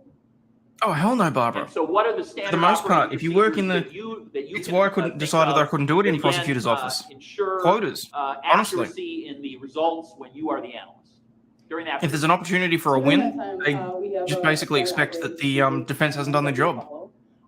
Part of that is once we complete our analysis and write our report, another analyst goes through your report and your findings and makes sure that you follow the procedure and that analyst would come up with the same results and conclusions that you have. And what is that process No, called? just briefly. Is there a phrase that describes that process that is a requirement at the crime lab? Yes, all our cases go through a peer technical review.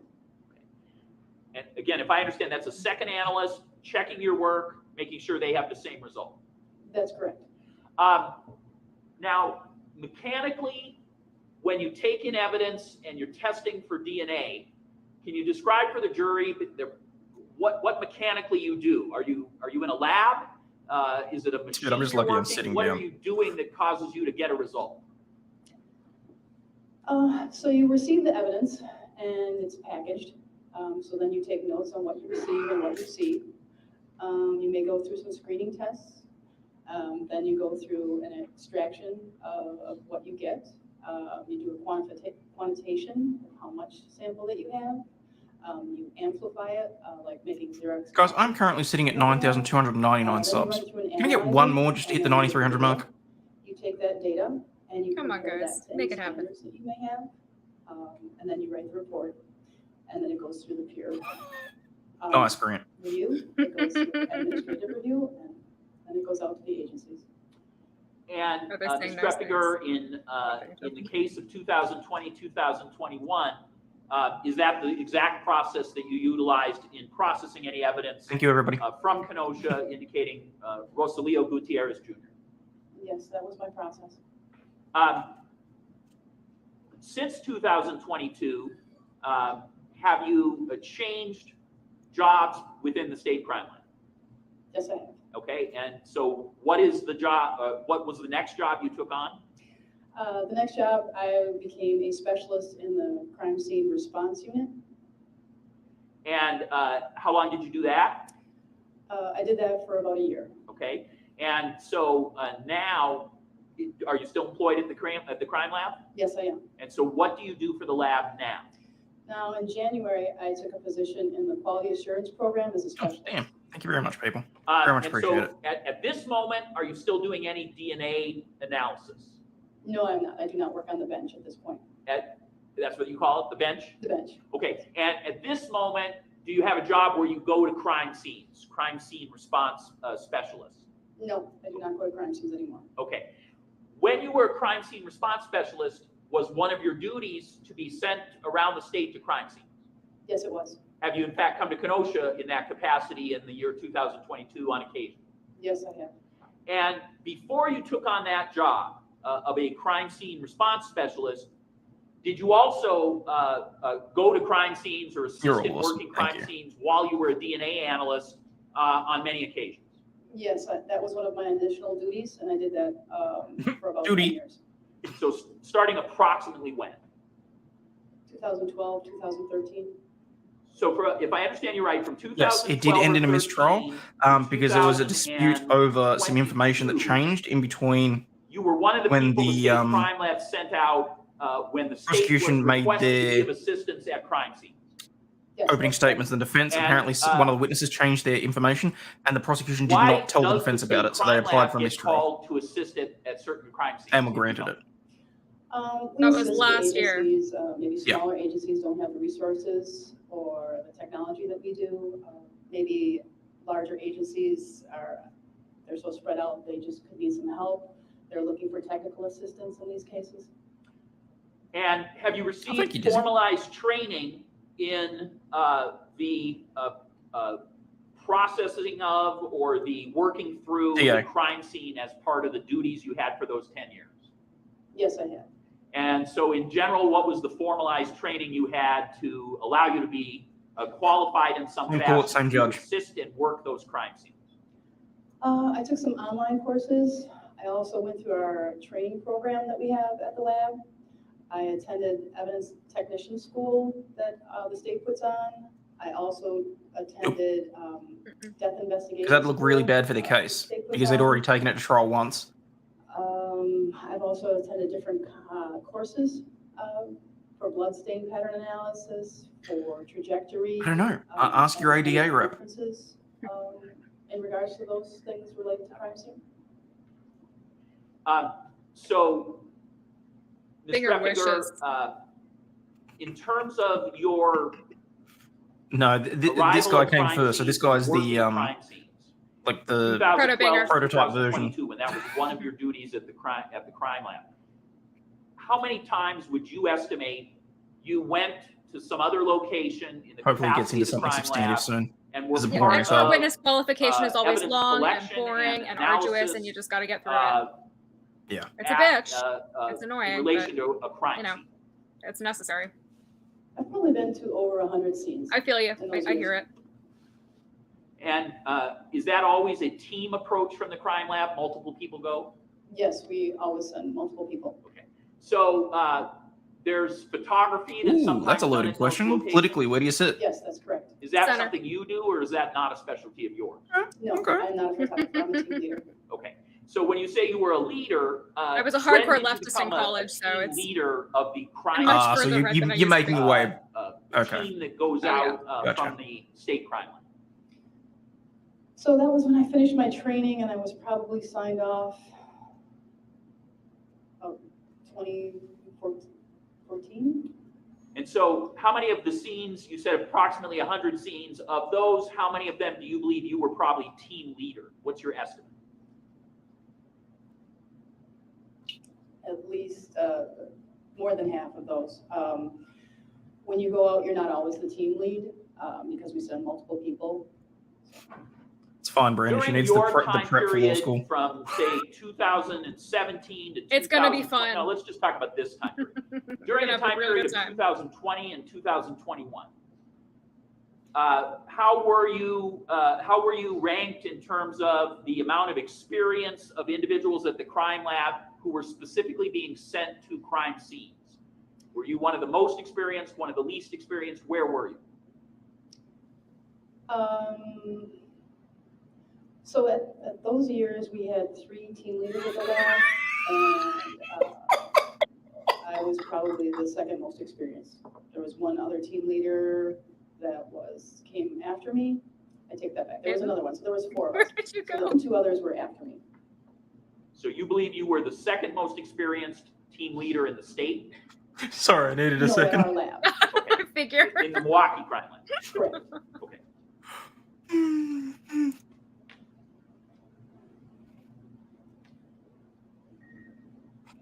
Oh yeah, big time.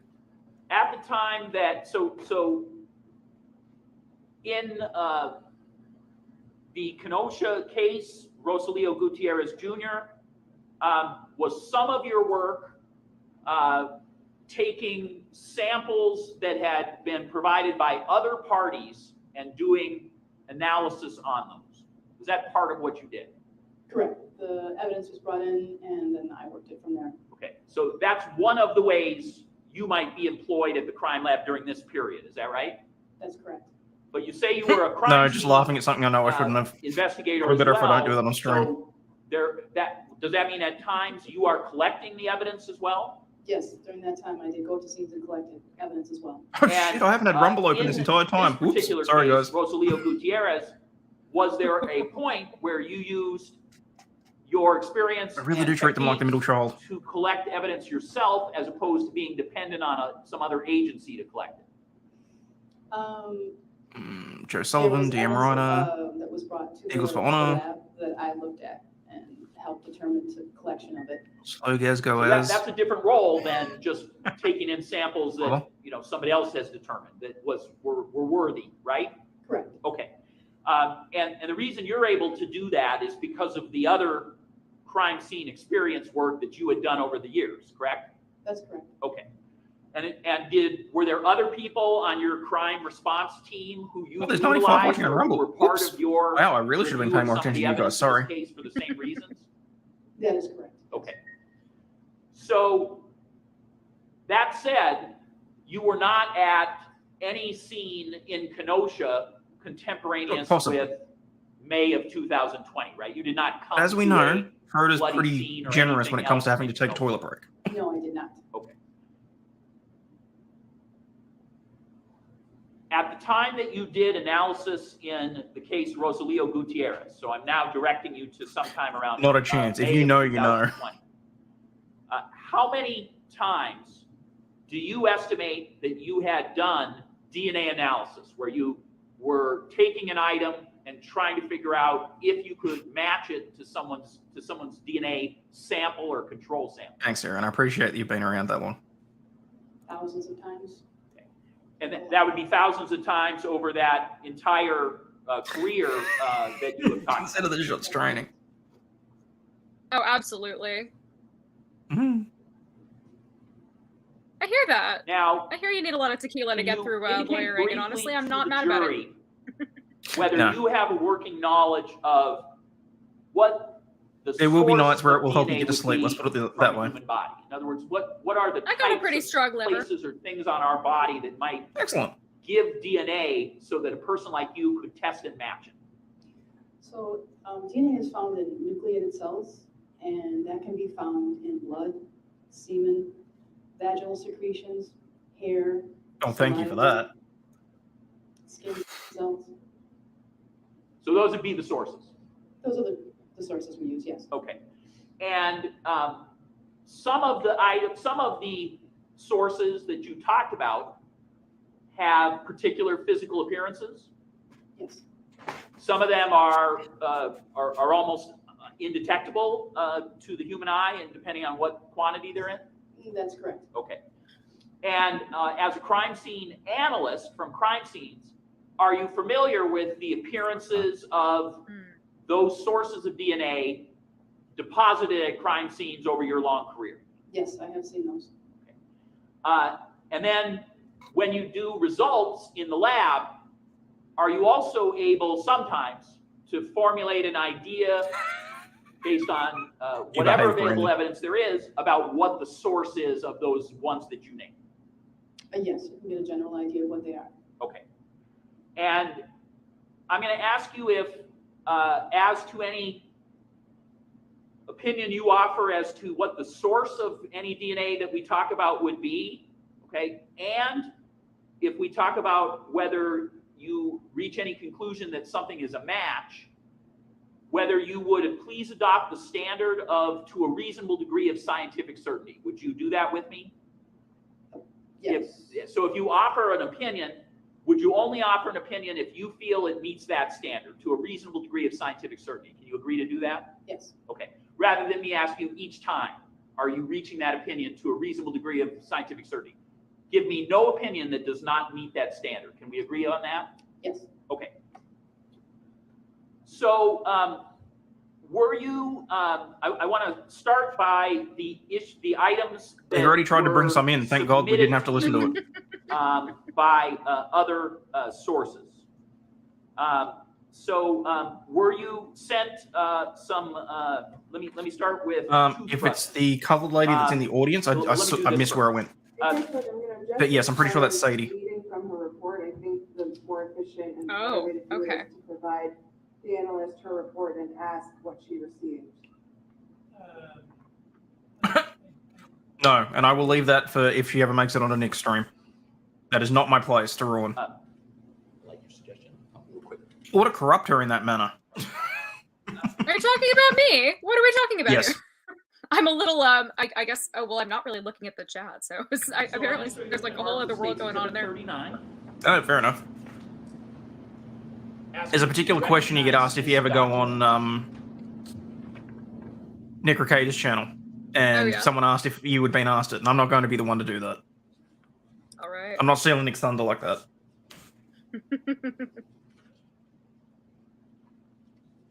Yeah, I'm a total rookie, so. Yes, I do recognize this document. Where are we at? I'm currently at 8. And is this a document you prepared? And we got 35 minutes, and I'll take this a double. And, is it a true and accurate copy of the report you I can keep my prepared in words your straight. capacity at the crime lab as a DNA analyst that you have testified to already today? Yes, it is. Does it appear to be altered or changed in any way from the document you originally prepared? Other than a sticker being on. Benjamin, I'd really rather not. It does not. Okay. Judge, I move admission of the exhibit. Dude, have you seen how much of this bottle's gone? Trust me, you don't have to worry. Number on it, please. S-39. 39. Thank you. As we talk about this, does exhibit 39 indicate some toothbrushes were sent to you? That is correct. And did you analyze those? Yes, I did. And did you and so were those something that you looked at for instance, DNA? Yes. Did you also analyze item G, hair collected from a sofa seat cushion? Yes, I did. And H, hair reportedly collected from a sofa pillow? Yes, I did. Okay, so let's briefly go through each item. As to the toothbrushes, C through F, what findings, if any, did you make that would be relevant to us? There was a single source profile from item D, toothbrush. Okay. Not Item yet. C was a single source item from a toothbrush. Okay. But sometime in the future, I will. Item E. Probably not during law school. You won't have time. Was Wait, a single did I say source law school? Law school. profile. You won't have time. Law school. And Sorry. item F was a mixture from a toothbrush. Well, Okay. Does mixture mean you? I have a couldn't, little time make before a law DNA school, so analysis or a comparison? I'm just doing law school Okay. applications this Yes, year. because it is a mixture. There you go. For a standard. I'm just starting out, so I'll have a little And time. E1, what was your result in terms of the sex of the individual? For item E1 toothbrush, the source was female. And are you for any reason aware that Rosalio Gutierrez has a daughter? Yes, I did. Okay. And were you aware she was a minor? She's Damn you, a Brandon. child. Yes, I think I knew that. Okay. As to C1, If that question is for me, did I don't you know what it identify a means. single source male. Yes, which is why I'm not going to explain it. And without stating the name, did that? I love come back Ricada, to but I don't get all the individual ins and who you outs. believe to be a son of Rosalio Gutierrez. Okay. And again, that's a child, correct? Correct. I mean, I just then learned what as to unbreaded meant like D1, last week. Jeff did taught it that- to me. So What was your result it's in terms taking of a how while. many source profiles there were? D1 was a Law single school. source profile. Okay. And were you able ultimately, through investigative means, to determine that Yep. single source profile, what came back or was a There you go. match to Maybe a future a vice person president. identified you as Rosalio Gutierrez? Maybe. Yes, it was. Okay. That's a shit job. Okay, fine. Okay, so the balls or no balls question. Okay, Yes. Mm-hmm. so I think frankly, even Nick is bloody sick of this question. All right. But do you know what a funitari is? A futanari. A what? Basically, a Japanese picture of a hermaphrodite Now, I want to as turn your both a attention to, penis and hair boobs samples, and whatever from else. the living room. Do you identify? Should the penis have balls with it or not? K2A and K3A. Yes, I do. Okay, and those are 3 separate hair samples, to your knowledge. Yes. I'm gonna say no. Well, there you go. Okay, interesting. Yes, because Chandler's not likely to sue me. No, I'm not. I'm not very litigious. Not yet, anyway.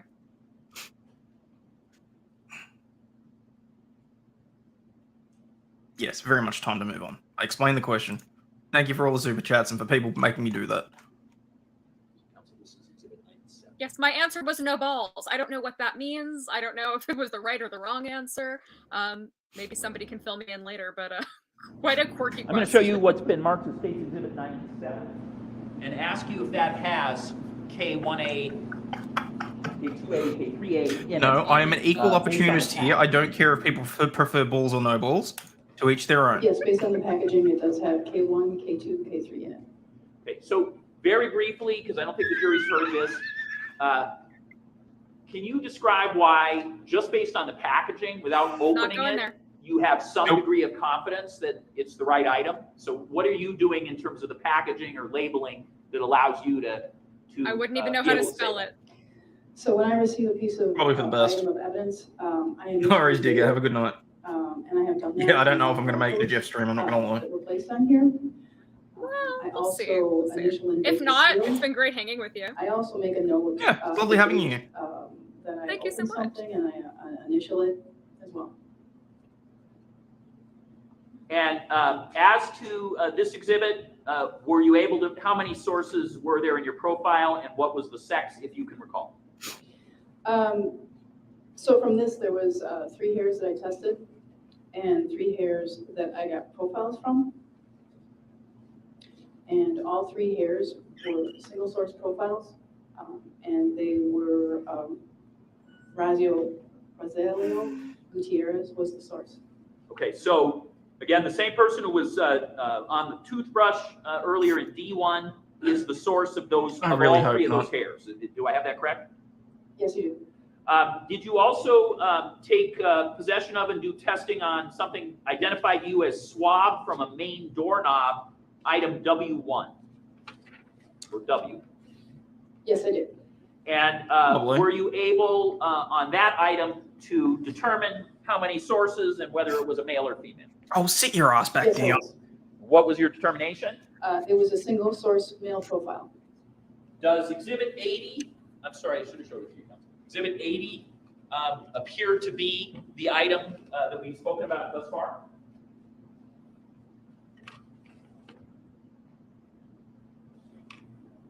Yes, it does.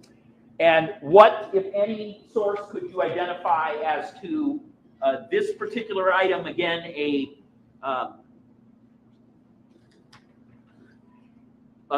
swab from the main doorknob. It was a single source male profile, and the source was Rosalio Gutierrez. Okay. And can you tell me, was that particular swab what is called a touch DNA swab, or was that blood, if you know? I believe this was a touch DNA swab. Okay. And so as to that doorknob, only one person was on it, and it was Rosalio Gutierrez Jr., correct? That is correct. And I'm fucking muted. Jason, that sounds yum, and I'm drunk, And then, so you know that was it's there going to be also good. a swab that was provided to you where it was labeled for you, a swab from the interior patio door handle? Yes. Okay. And at that, for that swab, how many people did you get in the mixture?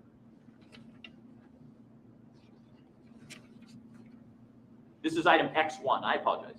X1 was a 4-person mixture. That's very true, Jim. And That's so what it's there feeling like was at this point. some traces of 4 persons' DNA in your findings. Is that correct? That is correct. Could you identify the sex of any of those 4? Yes, I could. And what was the sex you identified? There was at least 1 male in the profile. And is there something called a major I'm sorry, what? contributor Hang on, as hang well on. as minor? Can you rephrase that? Did you just say? No, oh God, I paused that at the wrong time. Oh, Did you just say that there was at least 1 male? I did hear that.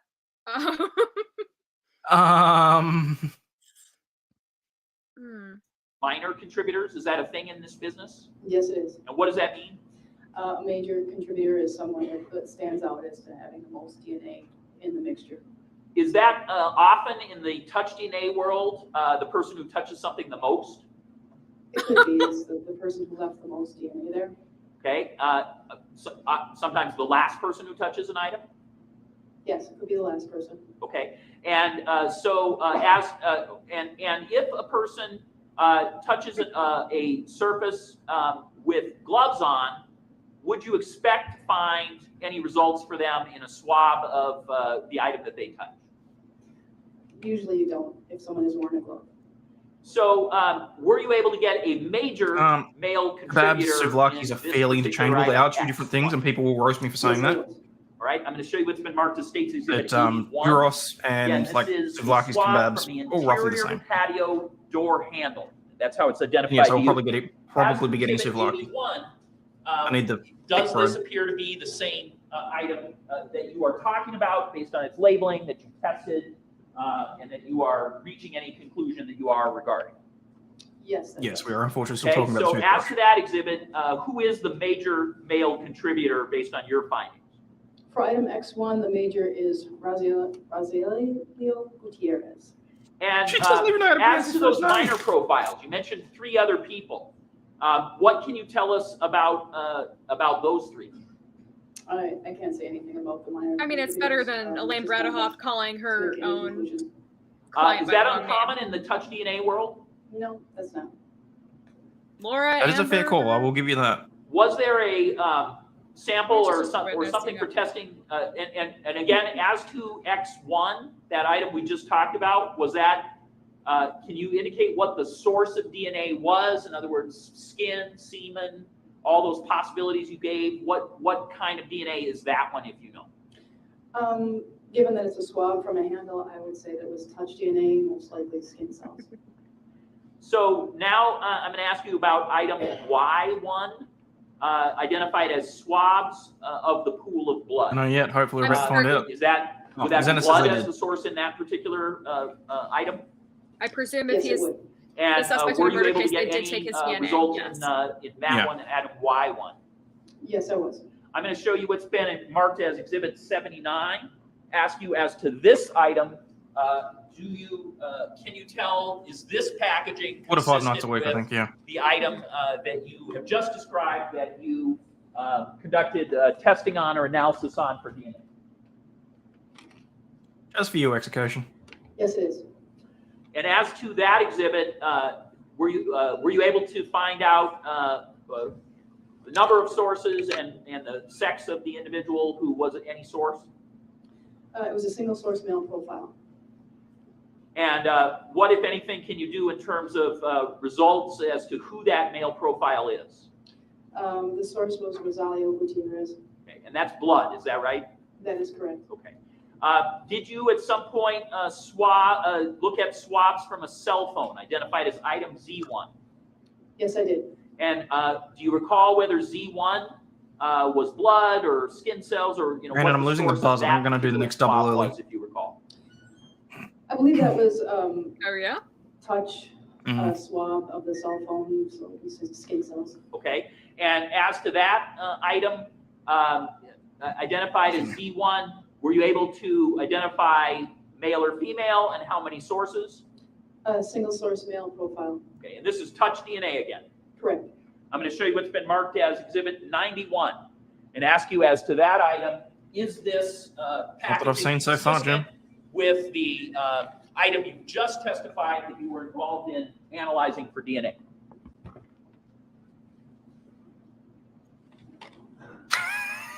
Yes, it is. And Televising the trials is the what, if best any, way to results keep did you people get from regarding moving that to item? Wisconsin. Item Z, it was a single source male profile, and the source was Rosalio Gutierrez. And again, Yes, that I'm very thankful to you Natalie believe for that that. to be skin cells based on what? It's too bad she didn't make it on, but what you tested, she correct? helped a lot. That is correct. Yeah, hopefully later did on in the you, trial, though, she has said that I can send her a Also link pretty much test, every day. So That would be fabulous. something identified as swabs of a stain from that same cell phone. Yes, I did. And was that yes, item Earth is Wisconsin. described by you as Again. AA1? Yes, it was. And that's a crime lab number, is that correct? Yes. You determine that number for purposes of being able to keep these things organized, separated, et cetera? Correct. And as to that item, did you do testing? Yes, I did. And what was the source of that? Could you recognize Although- whether that was a swab based on your ability to determine? Was it 5 minutes. skin cells or semen, or what was it from? In that case, the swab, we did do Oh, some honestly, screening Jim, tests on there's a it, and few we states found now that I'm AA thinking was that I'm going to avoid. So be when honest. would you do a screen? When you say screening test, what does that mean? A screening test is something you can do that gives you an indication of what it is, and that's an indication, and then you can. Oh, do a sorry, confirmatory Wisco. test Natalie which Wisco. confirms that it is blood. So there's some chemical way to do that. Is that correct? That's correct. Are you able to do that in every single circumstance where you have blood? No, we are not. And so what are the limitations? Why are you sometimes able to do that kind of chemical testing and sometimes not? It depends on the amount, the sample size. If you have a lot, you can do that. If you only have a minor amount of blood, you save it for the DNA analysis. And when you say a lot, it's relative to your profession, right? For us, it would not be a lot or a little, right? Yeah. Okay. If you have a swab with a stain on it, that's a good amount. Okay. So in this case, you had, in your professional estimate, sufficient amount to do some additional chemical testing. Is that right? All right, guys. At least 200 of you haven't done your jobs. Hit the like button, don't please. have that amount, does that mean that a person Check out with the boots crime in the lab would never be able to make a determination about whether something was blood, or simply do you not have one of the tools available that you would use in other occasions? Right. We wouldn't do an analysis, so I wouldn't say. I think so. I'm happy to be corrected on that, though. Yes. Yes, it was. So in this case, you can't use the Must just be chemicals something in the water up there. that you would assist yourself on if you had enough of a quantity. Is that correct? That's correct. Okay. So I'm going to ask you as to Exhibit 90. Is this the swab from the stain of the cell phone that we just talked about?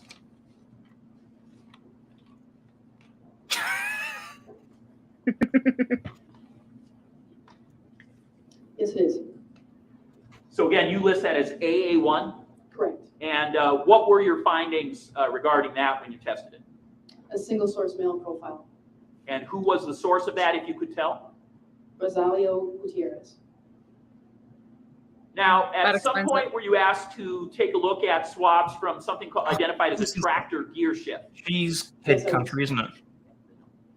And were you able to get any profile of any of the people that were included for you to take a look at in this case? Yes. No, I was not. Okay, and one of the people included was a person identified as Zachariah Anderson, right? Oh, okay, cheers. That is correct. So as to the tractor gear shift, the swab did not have DNA that included that person. Is that right? That is correct. And then a swab was taken from a tractor steering wheel as well. Is that item AD1? That is. And again, is that one where everyone from Rosalio Gutierrez to Zachariah Anderson are excluded? They're not the source of any DNA you saw on that tractor steering wheel. Is that right? That is correct. At some point, was there a straight razor that was submitted to you?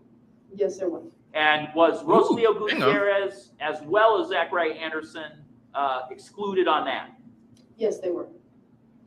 Now, were you also provided a swab from a stain from a piece of wood? Yes, I was. And was that identified as item A01? That is correct. And were you able to test that item? Yes, I was. And first of all, were you able to determine what that was in terms of skin cells or blood or semen or any of the others? Yes, I was. And how were you able to do that? I was able to confirm that it was blood. And how were you able to confirm that? We do hemotrace tests. Okay. And is that one of the tests you do if you have enough of a quantity? That's correct. Okay. So in this case, again, you had a. You heard the man, people. Hit the like quantity button. blood Chandler's too to be nice able to get do, done for sample alcohol determination. poisoning. Come on. I'm only taking 5 shots. If you send me money, I'll that send it back. situation, I'm going to show you Nice Exhibit try. 98 and ask you as to the swab. Oh no, not redacted. Is that No, but seriously, Exhibit everybody 98, like and subscribe exhibit and like that is and subscribe packaging of the testing you performed? and like and subscribe. Thank you. I don't think so. Why would you think you're blocked from talking? Yes, it is. And what was the result on the swab from the blood from the piece of wood that was handed over to you? It was a single source male profile. And what? Who was the source of that, if you know? Probably not in super Rosalio chats. Gutierrez. Hey, I'm good. Now- Good to see you.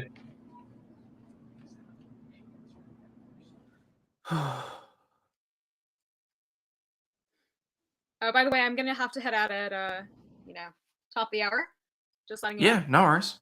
Not a But problem. I can hang for another 15 minutes. No, all good. Thanks for being here. How are you doing? Are you hanging in there? Yeah, I'm fine. I'm probably about 60 seconds away from pounding that next one. And then I've just got the one double after that, thank God. But I've gotten to that point where my hands are starting to go warm, but I don't have the buzz anymore. So I think the chips have done the job, which is good. Smart. Doesn't mean it's Well, not as fun, though. Maybe you'll make it to Jeff's stream after all tonight. Oh, it was going to be hit and miss anyway, because my wife's taking my daughter to a birthday party right around, and they're due home right around the same time. So I was hoping to get some sleep in the interim, but then when they come home. I'm gonna have to be on dad duty, frankly. But I think I think it's gonna be like movie time, Disney movie time. I think. Report in a minute, but Well, that sounds fun. You don't want to miss that. No.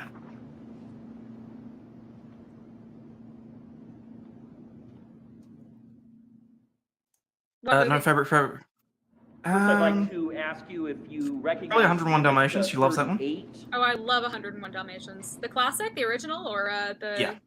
Yeah. If so, could you tell That's me one of what my that is? favorites too. And she loves The Lion King too. Like not a peep out of her when Mufasa died, but she cries every time Simba goes running off into the distance. Item 38 is a report that I wrote. It's a hearing thing that goes up into their ears, and I think it helps the court better. Apparently, it's a big courtroom. Yeah, especially because they have a habit of not talking into the mic for some reason. Both attorneys. I don't know what this is about. And Cindy, I'm going to ease her in. I want her to watch Spirited Away first. That you were asked to, Oh, I love perform Spirited a- Away. an That's my favorite identical Ghibli film analysis of In other all words, time. looking for There you go. DNA and trying to figure out the source. Yes, I was.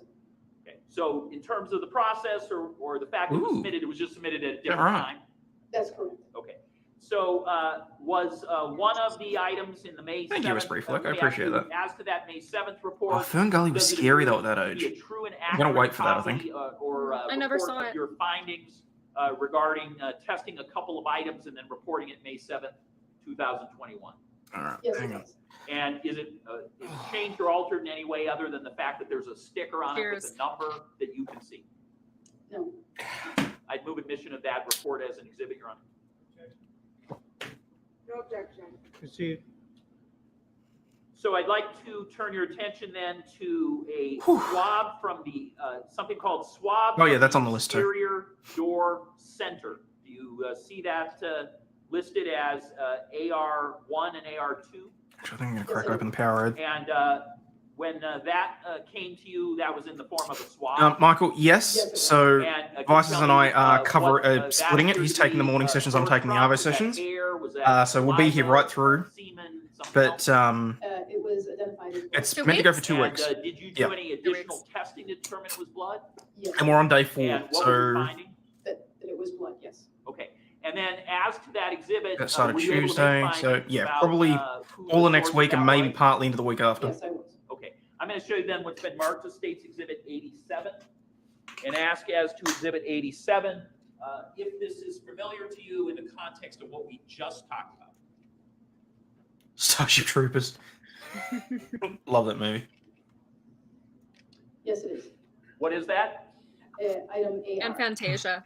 And Fantasia's great. Fantasia's so that lo- is Fantasia's again, great. the item that is described as a swab from the exterior. Where's the door fun in center. that? That is correct. And what, if any, finding were you able That's to not make how that as to, works. AR? Mm-mm. What? AR I've never was a heard anything single like that in my source life. profile. And who was that? Absurd. That was from Rosalio Gutierrez. Did they really? Same person as the other matches that we Oh, talked about in your God. earlier report? That is correct. Then did you also take Practical swabs effects are from better. the exterior Yeah. door frame? Much better. Yes, I was able to work swabs from the exterior door frame. And what was the I don't know if source I'm gonna of be those watching that items, one. if you recall? It was a single source male profile. And do you know what the source or type of transmitter of DNA that was? Was that semen? I feel like the saliva, those defense other is better things? in this case. So I'm expecting them to keep it to the 2 weeks. How do you know that? I did a confirmatory test on that. So again, for both of these, you had a sufficient amount of the substance to be able to do a chemical testing as to help form an opinion, correct? That Great is correct. team. And And I've been honored to join. They certainly hurt the throat at times. Two swabs from exterior door frame. Were you able to make findings in terms of whether there was a person who you could identify as a source? Yes, I did.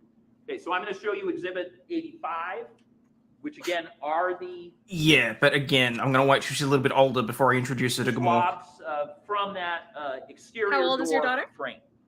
4 going on 5. Oh, that's little. As That's Exhibit 85, do you Yeah. recognize very what that small is for in some of terms those packaging movies. Based on what you testified to just Good moments ago? taste for such a little one, though. Thanks for Oh, that. yeah. Yes, I have. And so, Mind you, with she that, still watches all the in fact, Barbie movies and all that sort of stuff as well. the So same she gets that AS from her mother. just talked about swabs Yeah. submitted to you It's a from good the balance. exterior door frame You know, for good labeling. effort for sure. Yes, it is. What is your finding in terms of the result of your testing regarding who the source is of the blood on that item? Rosalio Gutierrez is the source. No, not just yet.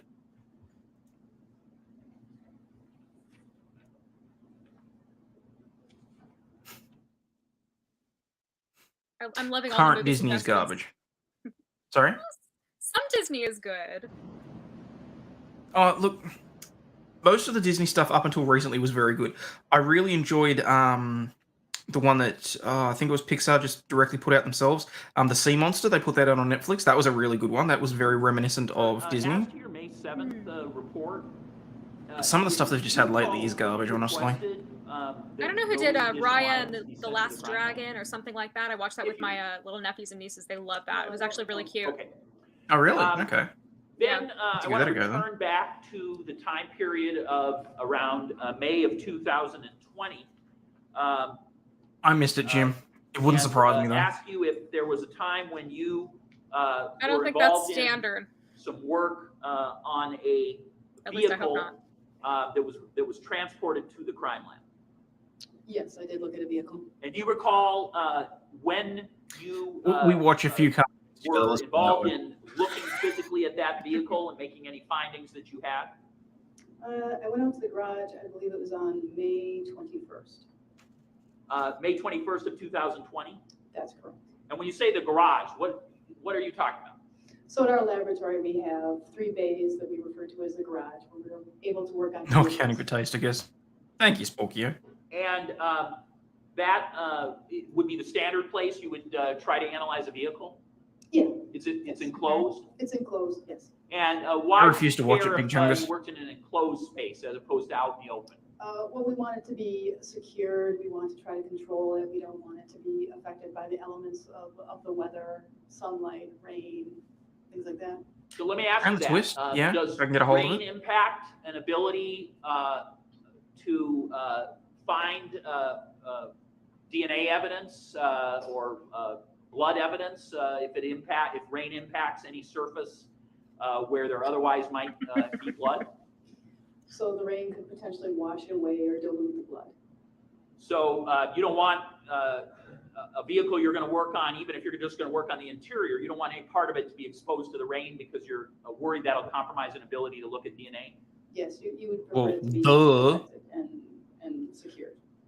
So at the point that in May, when you were looking at this in the garage, were you being assisted by anybody Easily one of my else? favorite films. At that point, I was actually assisting. I thought it was How to someone Train Your else, Dragon. That analyst was. It is. I wasn't going to mention it. And so when you say you were assigned to process the vehicle, what's Sorry that to be a dick. physically I'm a do stickler for in that title. Role at the crime Although I lab? get stuff wrong all the time, so. So that analyst. is That's all right, looking so do I. over, the vehicle. They're taking notes, they're taking photographs of it, they're documenting. Yeah, I never actually finished the Avatar series. I should probably go back to that, Jim. Thanks. Any evidence that they deem as probative. Big Hero 6 was good. And did that take place? Were you present for what you believe to be the overwhelming majority of that process as it was going on with this other analyst? I was kind of in and out. Whenever she asked me to look at something, I would go there. I didn't stand with her the whole time. No. So you were sort of a consultant. Yes, Take sir. from last. I don't think they can. And what about any I think, photography that occurred in that process? Who was in charge of that? Oh crap! What's his name? I did not do any photography. She may have, or That's going to annoy me. I think he's got ownership of part of the trademark, so I don't think they can. So I'm going to show you, first of all, what's been marked as State's Exhibit number 1, photo 311. That's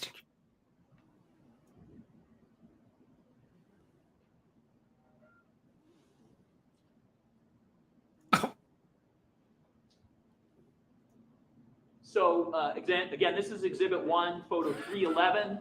Looking at that, do you recognize the interior of some kind of structure that it seems like the vehicle is in this situation? Yes, thank you. Everyone reminded me that it was Paul Hogan. Oh, What's the Paul building Hogan. we're in or the structure we're in? We're in the garage at the lab. It's the center bay. Okay. And is this in fact the Oh, really? photograph of what the scene looked like when you were being brought in as a consultant on this case? Yes, it was. Is this the van that you were involved in reporting in the first crime lab report we talked about March 29th, 2021? Yes, it is. Okay. So it's identified as a Dodge Caravan in your report. Is that? I don't care if she likes it or not. She's going to watch it. Yes. Okay. And is the condition of the Dodge Caravan, as you see it in this picture, the way you saw it in this consultation? In other words, with the carpet out of it, doors open, those kind of things? Yes, yes, it was. Okay. And it wasn't your job to, with a fine-tooth comb, look at every area, right? You were just being brought in on occasion? That is correct. Okay. And so when you were being brought in, at some point, were you consulted about an item that was on the driver's side, which you ultimately identified as A2, a swab with a stain? I'm talking about now the driver's side. Yes, I think that we did discuss that. Yes. Okay. And what do you recall being the thing you were being asked to consult on as to A2? And if I gave you a pointer, would you be able to give me an approximate location of A2 on this, or not really? Oh, of course. Okay. I Was will it in let the everybody back know. I'm hoping to catch section it on camera. of this van? You know, I made my wife sit and watch that with me, D-Way. It was in the back section. It was in the cargo area. Did you really? So without knowing exactly where, what was the? Because what was it when you we were first being met, I asked was to still in high consult school. on So A2? at the time, it was sort of like, it was a guilty pleasure movie that I'd occasionally put on. Would it be potential? That's actually really sweet. Could it be collected? Okay. And was there a chemical compound being utilized to do some assistance in detecting whether there was anything of evidentiary value as part of the process that you were being consulted on? Yes, the analyst was doing some luminol, and I'm not sure if she had done this before or after, but luminol is what she was going to do or had done. And was there a result regarding luminol on A2 that at least caused you, What'd you the do, two of Rabbit? you to feel What'd like you the do? consultation was appropriate? I can't remember if the luminol was done on that one or if it was just more a color that we saw and we collected. Okay. In general, what is luminol? So luminol is a liquid that's sprayed over surfaces, and it gives you an indication if there is blood, but it also reacts with other things as well. Like cleaning agents? Yes, like cleaning agents. Thank you, Rabbit, for the 5 memberships. I And appreciate that. so you don't recall if there was some indicating using luminol that would cause you two to want to discuss this? That's not, you don't remember one way or another? Yeah, I did. So I didn't perform the luminol, and I didn't write the report on it. Okay. Who were you discussing, just so the jury knows if that person shows up later? That would be Julie Avila. She's a specialist in the crime scene response unit. Okay, so she had a job that was making interpretations of The crime original version of much like Gulliver. you did Oh. in terms of helping. That was determine probably what my might first be of introduction to anime. value. Correct. She is also a team lead. Yes. Okay. Now, at some point, did you guys take a swab? Subtitles of all the way. A stain or an item in Subtitles, that back, always. that rear cargo portion. Based I mean, on for the everything, conversation for me, we've spoken. personally. But that's just because I referring to have on the ADHD, driver's side? A2, yes. and so I can't pay attention. I have to read everything. And what was the Oh, that's determination fair. of that? Oh yeah, he's been leading as fuck people. He's but, I mean, Schroeder let him get away with it yesterday and basically said to the defense that so she needs to be that wasn't objecting blood at more all. to leading questions. Okay. She's not And doing that. Was there anything So, about that when you observed he's getting the where you leeway. said to yourself, "Oh, that's blood"? Were you? And I did can you have see that why. opinion at I the mean, time? No. Look, she's a female attorney. It's hard for a female attorney to come across in the right way if she's constantly objecting. People are going to think she's a And you bitch. found it and, wasn't you know, blood. No. She's not going to make the best impression on the jury.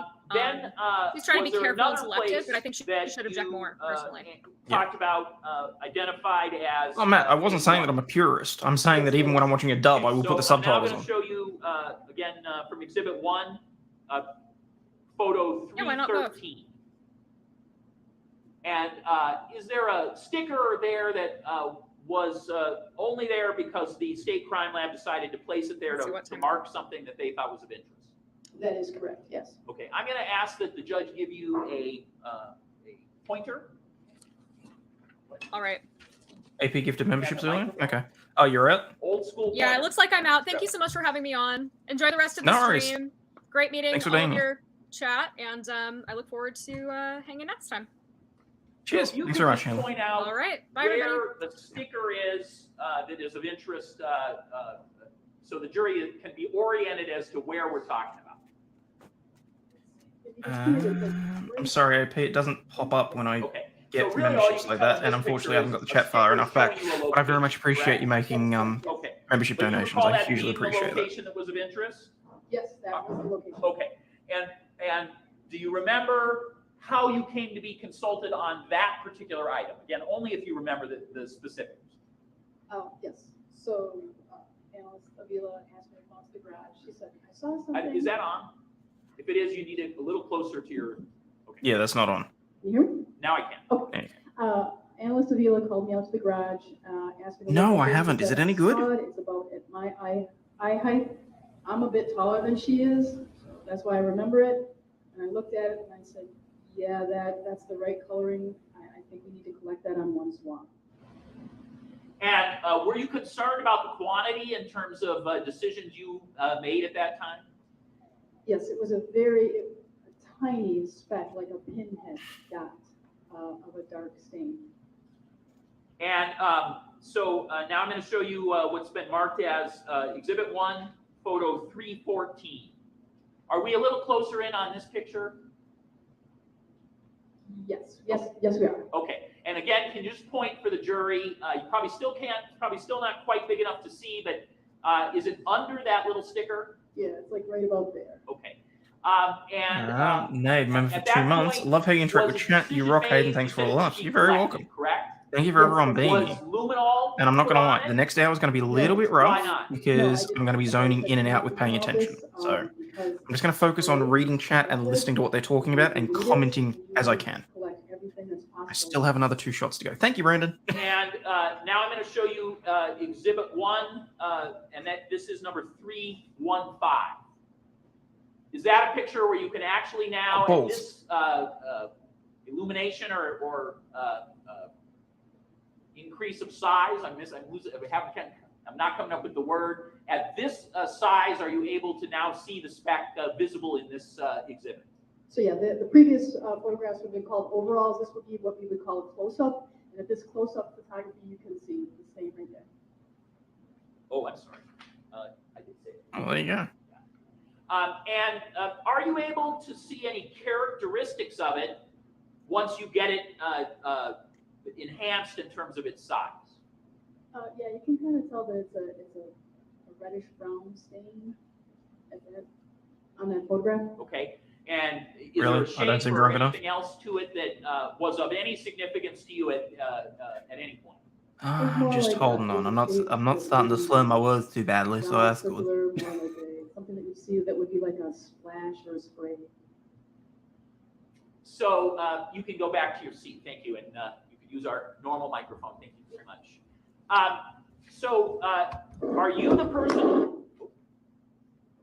Are you the person then who took the swab, Seems to be so far. or is Ms. Avila the person who did that?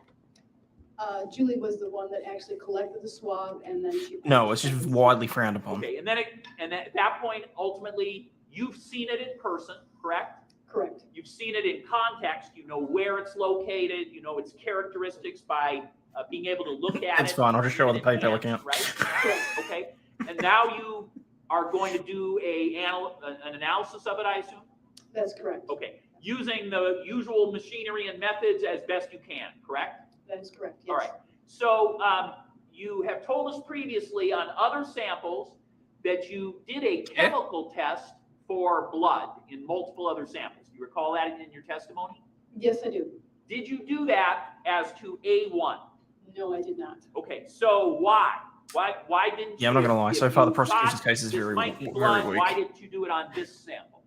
This sample was so small. I'm like a pinhead. So, so Yeah, I just wanted to use every amount Brandon- we had available And I had a deal. for so. the genetic testing.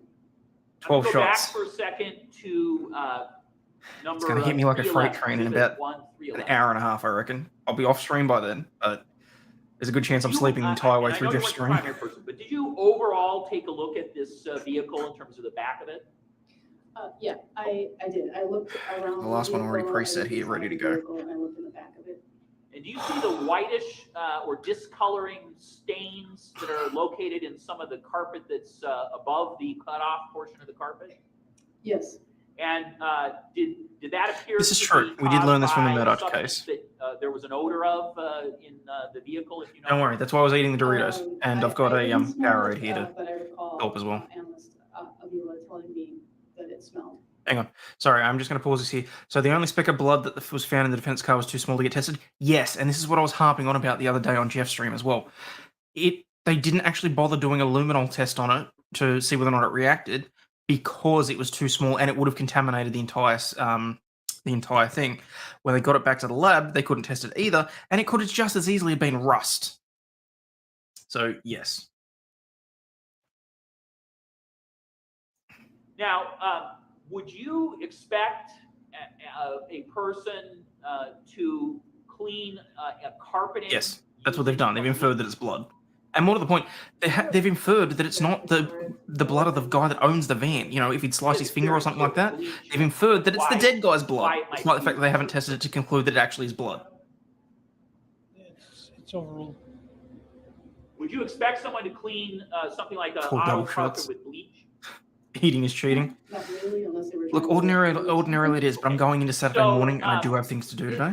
Does So- bleach provide some advantage you're aware of if somebody does not want DNA to be detected in particular locations? Are you aware of the properties of bleach in your work that would make it the right item to use for cleaning a carpet if you want to make sure there's no DNA in certain locations? This is true.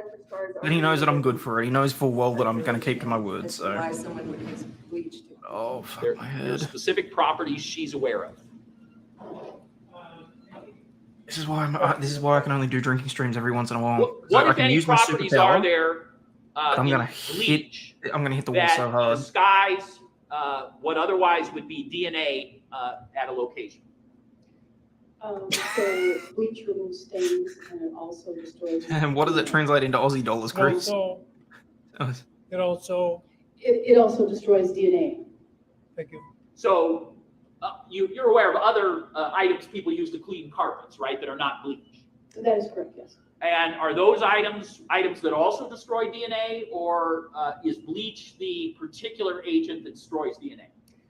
They may destroy DNA, but in our laboratory. At this point, I don't we think use so. to clean down to get rid of DNA, so we don't have contamination. Is a 20% solution of bleach and water to wipe down our benches and our equipment. So this is the item of choice of the crime lab to remove DNA. Is that right? It is. I'll be expecting Cross to point it unless some out, of yes. the instrumentations, bleach does corrode, so that we don't use it on our instruments. Did the van smell like fresh laundry? It may well have. Most definitely. Okay, so you didn't do the chemical testing of A1 because you didn't have enough. That's correct, All right. yes.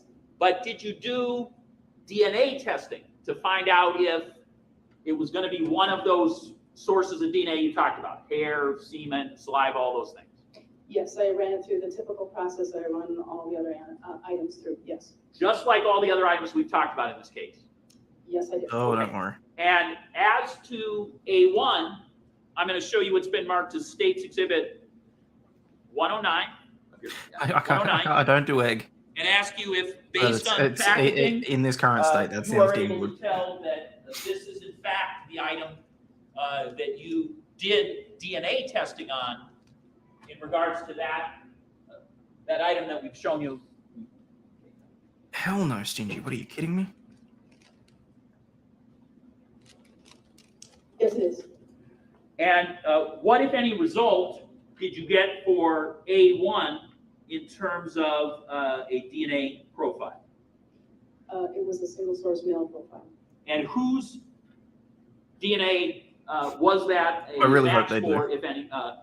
What person was it a match for? Rosalio Gutierrez.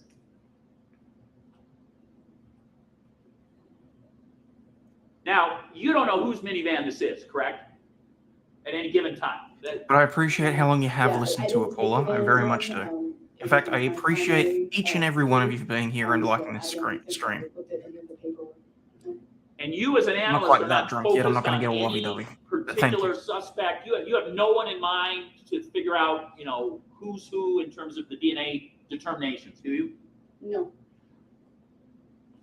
Now, are you able to give this jury an opinion as to whether the substance you tested for DNA in the stain or the pinhead you mentioned, whether that, are you able to form an opinion as to what the source of DNA is? In other words, when we talk about semen, skin, all those things, do you have an opinion for the jury regarding which of the various sources that DNA comes from?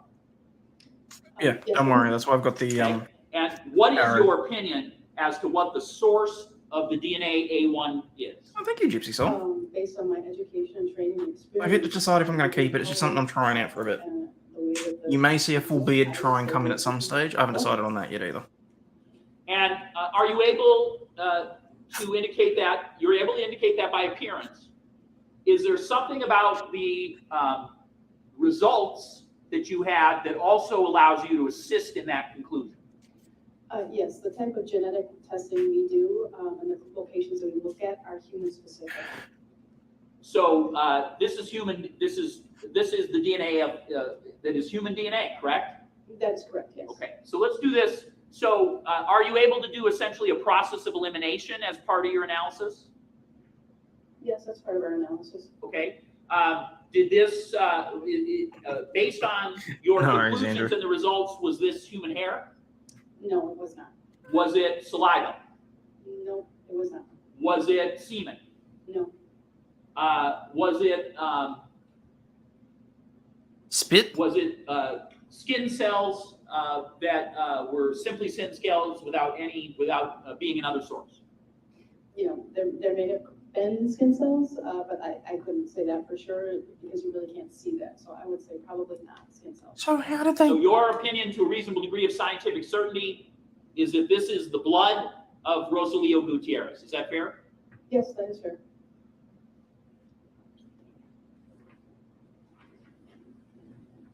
So, If I took a drink every time I said semen, I'd be dead. Email that you sent to a person named Angelina Gabrielle back in the time period of December 4th, 2020? Yes, I am. And did you, in answer to a question in that email, say we could not confirm it was blood in regards to this sample A1? Yes, I did. Okay, so how do you reconcile that email with what you're testifying today about? How do you explain that you sent an email that said those words, but this is your testimony and conclusion as we speak? She had asked me very specifically, can you confirm that it's blood? No, I could not. I did no testing to determine that it was blood. She did not ask my opinion. What? And so now you're expressing an opinion that wasn't contained in the email, wasn't asked for. That's correct.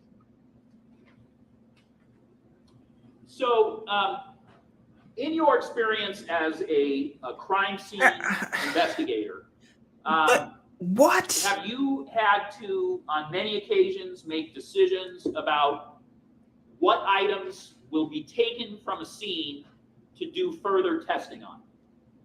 Yeah, that's what we do at the scene. We look for the best evidence, the most probative evidence, what'll have the most value. She reckons you can say it with reasonable certainty that it's his blood. In fact, that's one of the primary jobs of you as a crime scene investigator when you're there from the crime lab, figuring out what you're going to take back to the crime lab and do more about, correct? That is correct. Okay. And so how many times have you been to scenes where the blood evidence would literally have thousands of different droplets across an area, how many times would you say you've been in such a scene? A good majority of them, most of them. Okay. And have you ever on any of those occasions taken samples from thousands of different locations? I guess I'm going to object to this line of questioning. First, Well, you don't guess, you're going to. And you I should. have not been given a report from this witness as to any sort of opinions of evidence collection in this case, or any sort of opinions at all, nor was I provided a notice of exposition testimony. And additionally, all these questions have been leading thus far. Well, I can't deal with thus far because there wasn't a contemporaneous objection. So, Yeah, we'll she needs to roll work on The remainder is oral. so again, the question is, have you ever had an occasion in any of those circumstances to test of the thousands, either thousands or hundreds of different locations in those situations? No, I've never collected thousands of stains. I've only got the 2 left though. I've never collected at a scene hundreds of stains. Okay. And why is that? What are you She's saying the doing? exact I mean, opposite of that, which is really they'd weird. all be available, right? You could test any one of them. So why don't you do that? And what is the thought process you're using to only test a fraction or a portion of them? Judge, I'm going to object to relevancy again. How is her testimony of what she does relevant to this case? Yeah, this is the... That's my thought. There's no body. The blood was not enough to determine that he's dead. If they haven't So tested to make sure it's even in his blood in the van. Can do you understand the question? Please go ahead. Could you repeat it one more time? Sure. So of the thousands of stains, how do you prioritize what? I don't know how to answer that, Andrew, honestly. Which ones of those fraction that you choose to take out of there? So you look at the stains and you kind of look for patterns. No, So you look that's for- legitimate Winter State. Hang on, I'm just going to pause it there. Winter State, just to explain this. You have to object at the time. That doesn't mean that she can't object to the stuff going forward. But he's saying that for the questions thus far, she can't object to them and have them removed from the record or anything like that because she didn't object to them at the time. They're already in the record. You can't go back. That's just the long and the short of it. He's trying to encourage her to object more contemporaneously when she's supposed to. He said this to her yesterday afternoon, that she needs to be objecting properly at the right times now. Whose van is it? I'm pretty sure it's his. I'm pretty sure it's the defendant's van. And this is the van supposedly that the dead guy broke into to steal some tools or whatnot. So, yeah. If you see an area that has a stain, you're going to look at it and you're going to take some random samplings of it. Then you're going to look at it to see, is there any part of it that maybe looks out of place? So like it may have come from a different source. Look, it's true, but I don't think it would have taken much more for her to be put in as an expert witness. This big round circular drop. That would be something different, so that you would take that. Also, I'm sorry if you can hear me chewing on the chewy. I can hear it on my ears, so I just don't know if you guys can. Sources, it's just very difficult to do something like that.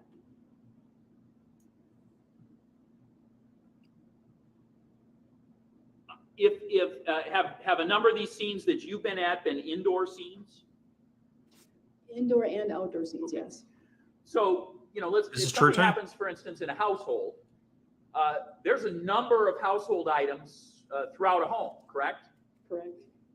The house may have garbage. Objection leading. He really wants to bring those garbage bags in. The house may have garbage, dishes, food stored. It may have clothing. Allegedly, and allegedly it was in retaliation. Like, I don't know how accurate any of that is. I haven't seen any evidence for it as of yet. Items, almost thousands and thousands of household items. Correct? Objection leading and relevancy. Oh, good, Winter Staley. That's what I'm here for. Overruled on the second ground. Even half blasted, at least I can give some commentary. It's argumentative to get back to that. But you can answer. Would you expect to see a household have thousands of items? Yes, I would. Okay. do you ever on the crime scenes test every household item that is located in that household? Objection leading. Overall, Go ahead. No, we do not collect or test every item in the household. See, now she's being Test every facetious. item that's in the garbage located at the household if it's not in the midst of the crime scene. No, we do not. Do you test every item that's in every sink in the house if you have no other evidence that takes you to those sinks? No, we do not. Do you test every item that is on display in the house if it does not have something that you see and observe as blood? Judge, I'm going to object as far as cumulative at this point. Personally, I'm of the opinion that it was. Sidebar on it The again. judge has a right to rule how he sees fit. Yeah, she's overcompensating. There are questions that only lawyers would ask. That's when it's readily apparent, I think. So it's almost Where predatory. we're going and what unfolding. Excuse me. And the matter is adequately covered, so move on to something else. What, if any, testing do you focus on in outdoor areas that are not a part of the Subject crime matter jurisdiction. Objection relevancy as to outdoor areas that aren't part of a crime scene. scene? Cigarette butts. Well, Cigarette butts. well, first of all, I don't know that we've actually had a decision made as to Yeah, we do. what is the quote crime scene. Really nothing like you see on the TV shows, though. Overall, You can go ahead. Can you repeat that one? Sure. But it will be painful. What, if anything, or what do you, what, if anything, can you say about testing items outside of an indoor area where you see a crime or violent action occur? Objection. The statement of a violent action is argumentative. Additionally, I'd argue Well, this is look, cumulative information from. if it was anything other than a violent event, like a party, it's not one I'd want to be at. Still cumulative based on previous testimony of. Look, admittedly, yes, I do have the Overall. benefit of not being the one in the hot seat. I'm not going to lie. Please tell me your question. I think I got it. Okay, good. It can be So. nerve-wracking being in that position, and you may overlook something, you may overthink something, you may not even say the right objection. Like, you may say objection, and you might think that, you know, oh, it's asked and answered, or it's speculative, and you might get them around the wrong way, and you might get overruled, and you'll think, fuck, I just made a massive mistake there. Can you It tell me happens. whether you've tested cigarette butts? So, look, I'm not going to lie. It's not quite hindsight because we're watching it all together. This is expert testimony. Well, Finally, she's getting into that. less so than the fact. I was wondering that how it's long she was going to leave that for. Let's move on. Well, I'd like to ask her. Fucking law and crime. If DNA analysis on cigarette butts is impacted by rainy weather. That's a fair question. Okay, so that's what I'll ask. Okay, Judge, let me. he's using this witness as an expert witness in the field of crime scene investigation at this point. If she know, But there's All right, no do you notice have- to this and to her conclusions or her offering expositional testimony. Is They this- have to provide a notice. They did not do it. This should not be able to go down any further. is this something Oh, that? the court gave you a fair amount of you indulgence feel as is well. Competent for you, that you're competent to respond to this knowledgeably, based upon your experience Yes, and training? yes. Go ahead. Yes, I have tested cigarette butts. Yes, if they are exposed to the elements, again, if the weather, the sunlight, the rain can wash away the DNA.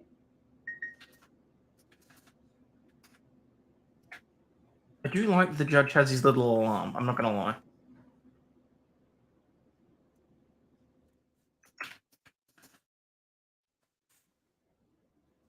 Just give me a second here, guys. Just doing something in the background.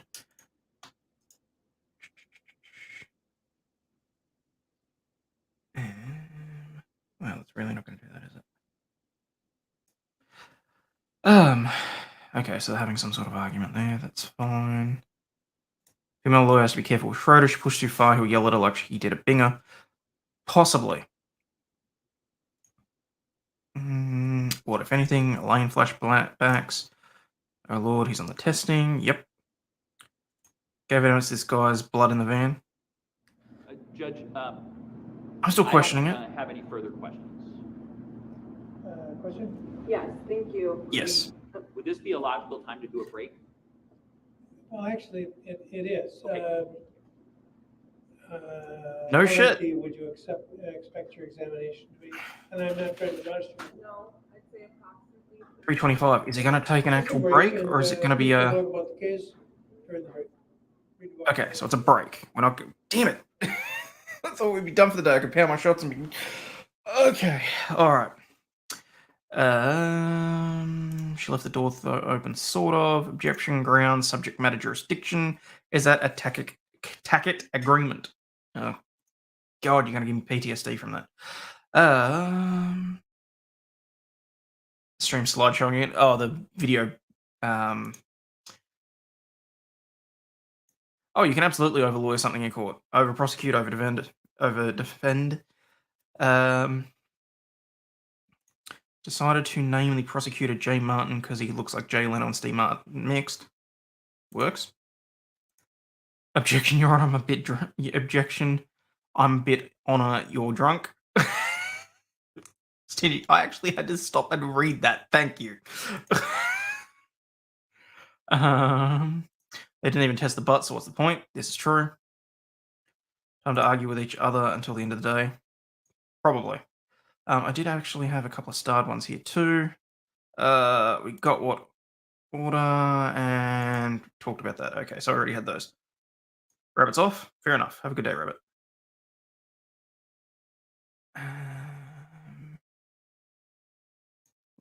She likes word butts and she cannot lie. How is the audio? Is it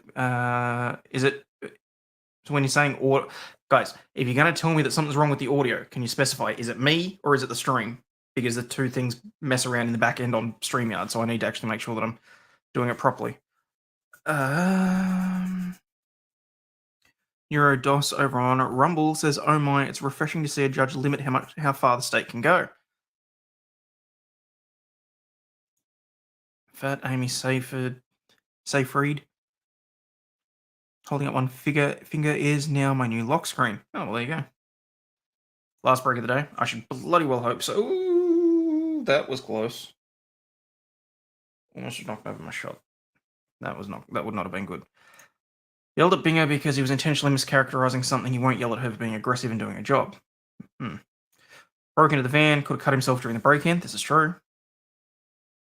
Missed manners in court. We used to have manners and respect. Yes.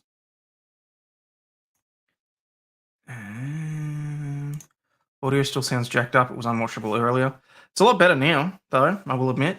Thankfully, they've fixed that up a bit. How long's the break? I'm going to say 10, 15 minutes, probably. Can't pound your shots now and lay down. Yeah. If you pause and go real time, skip more of the break. Oh, that's a good point. Hang on. There we go. Just skipped a whole minute and a minute 55 ahead. Time travel. Not testing the butts, I think, is what the prosecution was trying to cut off by claiming even if it were tested, wouldn't find anything, so why bother? Not a great argument, but... Doesn't Mrs. know about the shots yet? Nope. Nope. She won't know until it's time for them to wake up, which they may well already be. It's now 11:30 in the morning. But that is what it is. Thank you to everyone that is... Oh, 2 more people have just followed me on Rumble. Thank you very much. Actually, let's check in on our analytics. Hot damn. We are sitting at... I was going to do the whole thigh-slapping thing and everything. We're currently sitting at 9,365 people. Holy crap, guys. That's 635? I can still do math. 635 more people, and I hit 10K. Holy hell. Who would have thought when I started doing this in May last year that I'd be at 10K by now? Far out. You like me. You really like me. Or not.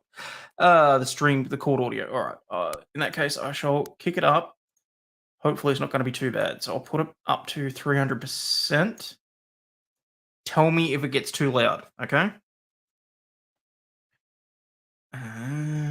Court slow. Pastor Flash is saying I'm loud. Okay. Had to leave for the last hour. Anything good happen? No, not so much. You didn't miss much. It's we're currently at break. They've had the CSI witness, the woman CSI witness on the stand for close to an hour, peeps, I think. But yeah, this was completely improper. The state is required to list all experts and to provide their reports to all of their opinions. It's a reversible error by the judge and extremely sleazy DA. This is true. I did not appreciate the fact that she had to put in an objection to it, and she's right. And as is Jim, there very much should have been a report provided. I think she was going to cop that one all the time. That she was always going to cop that one because he gave her the leeway yesterday or the day before in terms of the mistrial, with saying, okay, so here's the formalities here. We're going to skip over these particular formalities, and we're just going to keep moving on. I think that might be what's happened here. Is he's given the prosecution a bit of a break, and I'm not saying that he necessarily should have, but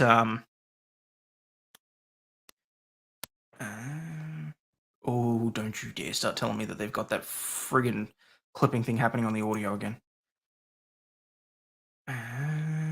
Personal audio is great. Court audio is kind of low. Okay, court audio. Still 45 minutes behind. Got to go set up for the final stream. No worries, Dork. For anyone that doesn't know, Dork and the guys over at the Greenfellas are still doing their last streams in support of what is it? FMF familial. It's a rare disease, and they're raising money for kids. They're aiming for $5,000 in order to assist with the taking care of the children. I myself have already donated. I very much encourage you to go and have a look. Needs to build a fort out of the boxes. You're a future guy anyway. Totally mind-blowing for me, lol. It's 3:30 p.m. here on Friday. Oh, there you go. This rate, you'll hit 10k by the end of the trial. Fingers crossed, actually. Fingers crossed. Good God, could you imagine what I'd have to do for a 10k party? Bring back Fort Grounds. It's legit 11:30 in your fake country. Just more proof that the Earth is square. No, it is 8:30 in the morning. 11:30, you might be looking at New Zealand. How do you pronounce that? Majorison. Not a problem. More than happy to provide the entertainment. I'm glad that you guys are enjoying it, and it's certainly something that I enjoy doing myself. So, not buying it. That dude's blood. They can't see it. They can't tell what DNA it is to process of elimination. So you can't tell any of that. But you can say it's this dude's blood. Bullshit. Yeah, no, that's what I'm saying. Like for me, it's ridiculously. Like she's taking a guess. They literally said that they couldn't test it in the van because it was too small. Excuse me. And then they were saying that they couldn't actually do proper tests on it. So it's like, how can you say with any level of certainty, let alone the amount of certainty you're saying that you can say it, that it's his blood? Like, that's complete and utter BS. Rachel, I already did. We moved a whole 2 minutes ahead.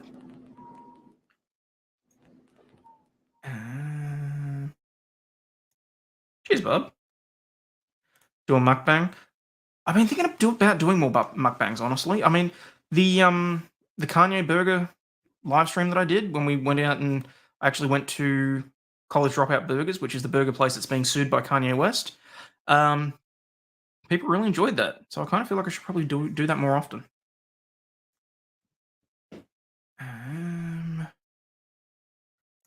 Would Australia let you have access to court cameras to do something similar to what the DOI guy does? Now, so I can walk into any court in Australia, provided it's not a closed court, so meaning that there's a family law matter, or a child-related matter, and I can sit and take notes and report on whatever I like. Cameras are a different story. Now, some of the courts allow cameras, but for the most part, at this point, it's just the federal courts. Now, they're live most days. They don't record the stream. So I can sit here and do trial streams and that sort of thing. But it's almost always one company suing another over some innocuous little bullshit. The federal court so far has been boring as hell. Otherwise, I would probably be recording it and so that I could do an actual trial stream myself on an Aussie court so you could see what it's like. The most interesting one in the last 2 months was when McDonald's and Burger King were suing each other over what burger was most moist.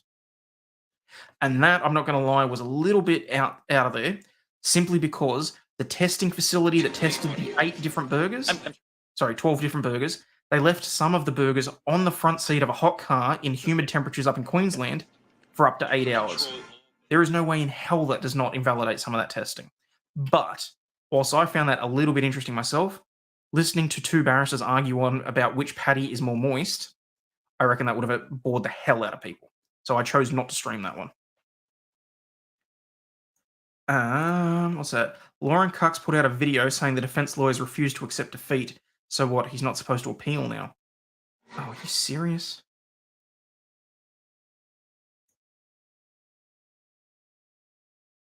Tweeted court TV this morning. I'll tweet again. Fair enough. Power just surged. Hopefully it doesn't drop. Fingers crossed. The Rumble link. Yeah, okay, hang on. I shall put that in chat. Although all of my things are available in my link tree, which is pinned at the top of the chat. Phyllis Drawn says she loves my accent. Thank you very much.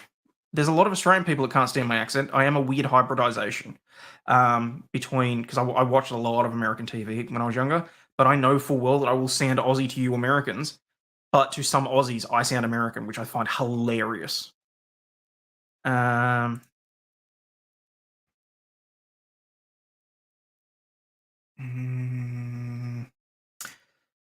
would Schroeder have handled Terrell Brooks?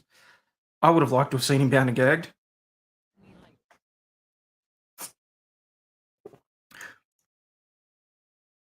I'm glad I got it right.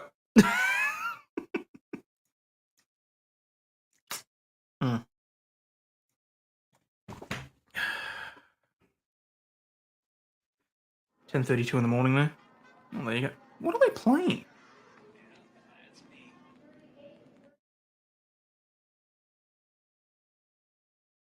I know that.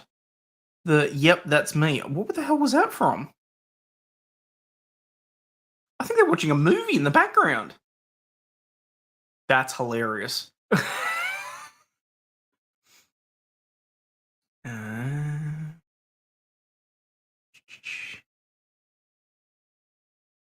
Why is he suing them? Oh, why is Kanye suing? They opened the store and basically used his college dropout stuff as a bit of an inspiration. So they had their mascot as like the college dropout bear. They turned it into a caricature. They had a mural of Kanye in there. They named a bunch of burgers after him. And basically he turned around and sued them for it. June last year, they took down the mural. They painted over it. I've got all footage of this as well because I went in and had a look for myself. They've changed the logo. And they've renamed a bunch of the burgers to be after a bunch of other college dropouts. So like Zuckerberg, Einstein, and a few others. So it literally is about the actual college dropouts of the world that are amazing, not specifically about Kanye anymore. He hasn't dropped the case, which I think is a little bit inappropriate, frankly. I don't think he's got much of a case. Just subbed on Rumble, better service for content creators, better cash flow exchange rate. Yeah, and I appreciate that. I really do. I mean, Rumble keeps telling me that I'm getting paid out automatically. As far as I can tell, I've got a bit of money sitting there that they haven't paid me. So, I mean, if you're going to send Rumble rants and that sort of thing, probably better to just send super chats, to be perfectly honest. Oh, excuse me. Whose burger was more moist? I believe it was the Whopper from one of the Burger Kings, or what we call Hungry Jacks here. There was a bit of a trademark IP argument between Burger King and Hungry Jacks, which is our version of Hungry Jacks. Hungry Jacks won and basically kicked Burger King out of the country, but we still have Hungry Jacks, which is effectively Burger King in everything but name. Same products, same utensils, same everything. It's just got a different name on it.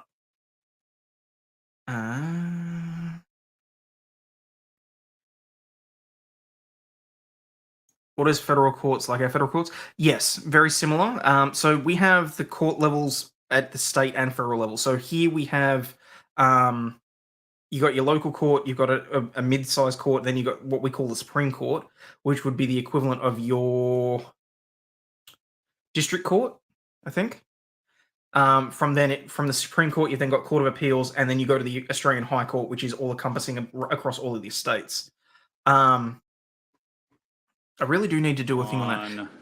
But the federal court system itself has the federal court, the circuit court. March 10th, 2021. And then the High Court. So nearly 2 years ago, just shy of 2 years. All right, here we go. That's what you would testify about. What we're here today is trial by ambush. And Trial by ambush. The statutory scheme is 971.23 sub 1E, is that if they're going to offer expert testimony, which this is, even if it's expository, if they're going to offer that, they have to give notice. They gave notice about one part, but now they're trying to sneak in this other part. And just because, that they're trying to bootleg it off of some earlier testimony about crime scene analysis or crime scene processing. I'm going to interrupt you. I apologize, but I'm actually going to interrupt you. Okay. I'm sure that will come as no shock. It's a good question, Mary. I don't know. Did she actually give an expert opinion, or did she? I felt that she was giving an expert opinion, Your Honor. State the historical fact that she has experience with there you go. Cigarette butts that have been exposed to the elements, and whether she had been able. I'm pretty eclectic when it comes to music. If I don't follow any particular genre or artist. If I like a song, I'll put it in my forever playlist, and I'll just rotate through them. That you're offering an opinion about, which that is an opinion. No, I said the historical fact. Have you been able to? Really? Sound Londony. I may be not. I may be wrong. Well, but I didn't think he actually asked for an opinion as opposed to an experience. Well, he asked both. He might not have used the word opinion, but he's asking both. That's essentially what he's asking for. And that's why he was going through her qualifications about all those years, responding to crime scenes and all of that, none of which we had notice of. Senor Spielberger. I'm inclined to agree with you. I do prefer the child rules. Questions in the van, and every year I get myself an ultimate double whopper. All after my birthday. He's already qualified as an expert. I figure if I'm going to have a heart attack, jury, might as well go on my birthday. She's the top dog over at the crime lab, and she might be, but we weren't given notice that this was going to be part of her testimony. How do we respond to that? Do we ask for an adjournment so we can go out and find two more experts, one on bleach and one on, crime scene processing? We're sort of left flat-footed here without any recourse. Well, and your recourse, before we got onto the record, I thought you were talking about striking something. Yeah, I wanted to strike everything that's beyond the questions about, yes, I found Rosalio's, DNA on this sample, boom. And then everything going forward should be stricken. Yeah, Judge, this is a jury. I guess, my answer to all of these questions is this is a jury trial. They have a notice of expert. They know it's a crime lab witness. Okay. They present through their cross-examination a theory of the case, a defense of the case. Everything else that the state is providing here is rebuttal. And so we are allowed to, we wouldn't have to notice a person in terms of rebuttal. I had no idea I was going to ask her the bleach question until the cross-examination stuff has been happening. And so I formulated the bleach question based on direct response to what's happening. I had no idea I was going to ask her about cigarette butts. It's come up because of the cross-examination. That's what rebuttal is. And I am rebutting it with the witness who's available and who is here. There is no requirement that to counter what the defense said. I had no idea they were going to show pictures of cigarette butts. I had no idea that they were going to indicate that this was not a cleaned vehicle with bleach stains. And so these are pieces of information that are being talked about in cross-examination. There's an available expert who provides some opinions about those things based on her own experience and knowledge. There is no way I would be able to notice about every different possibility. And that isn't the expectation. All right, I'm going to buck up and do the last ones. Jury trials will have some moments of surprise. I'm losing the buzz again as well. And the court has said a couple of times, when you ask a question, sometimes it doesn't turn out well for you because sometimes there's an ability to counter it from the other side. How would I ever be able to anticipate all the things I might ask an expert based on what they say? I missed. Judge, rebuttal is when the defense brings something new to the table that then they want to react to.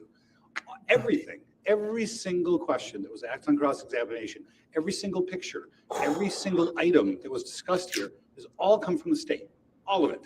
So there's zero surprise. I'm so surprised That's all about 12. the cigarette butts. We got the pictures from them. But I'm working from my memory now, but I think that what the state is required to give the expert notice on is what the state intends to prove by expert testimony at the trial.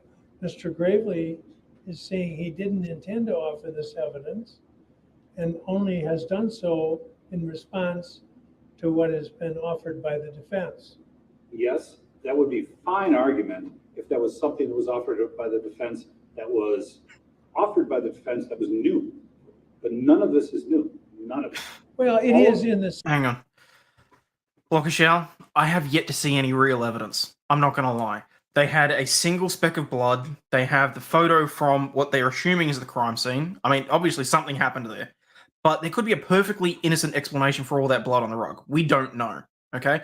I still like my theory that someone's walked in, tripped on the, maybe even the rug. There's a table in the hallway that I think maybe they've tripped over. They've hit their head on the table, leaned back. It's, pissing blood or whatever. They've sat back on the couch, taken their wallet out, put it down, and then from there, any number of things could have happened. We don't actually have a body. We don't have a murder weapon. For all we know, the guy could be down in Mexico living up the life. So, anyway, just wanted to get that out before we get back into that. And before my brain completely kicks out. Since, there's such a universe of things that could have been offered by the defense. Pretty much. And we discussed them a few days ago. No body. We were offering, though, Judge. We were cross-examining their own evidence. We're not reading the statutes the same way.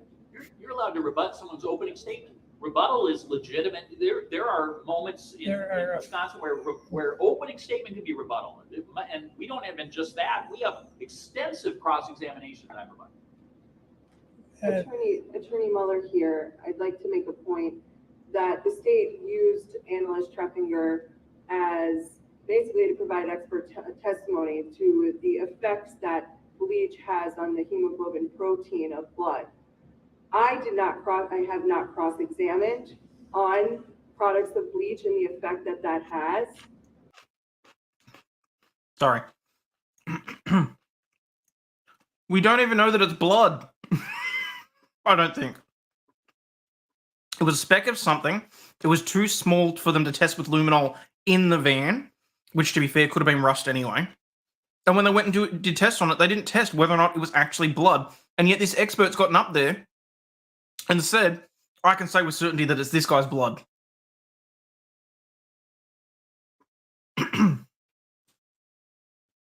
Anyway. Nor have I asked any questions about bleach cleanup in the van. I have not offered any of that. I have not questioned on it. I have not done anything. Yet the state just used analyst Treffinger as an expert to provide her opinion on the effects of bleach and cleaning in her experience on that particular conclusion. And I want to make it known well, I'm going to stop you. Slightly drunk. I should clarify. There's plenty of blood in the apartment. There's not the fountains of blood on the walls and all this sort of stuff that the prosecution led us to believe in the opening statements. There is blood. What we're talking about is there's no blood really in the car. Now, if that is because the rear third of the truck had its carpet removed or whatever, I don't know. I don't care. Point is, they don't actually have the evidence to present at this point.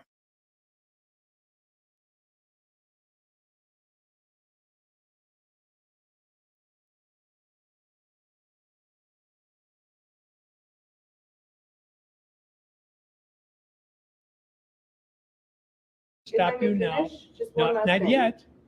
Please. Only if you get the first question right. Did you, was there a contemporaneous objection made Yes, I made about the bleach? Yes, I made the objection. I was objecting during that whole line of questioning about how it was calling for expert testimony. Yes, you did.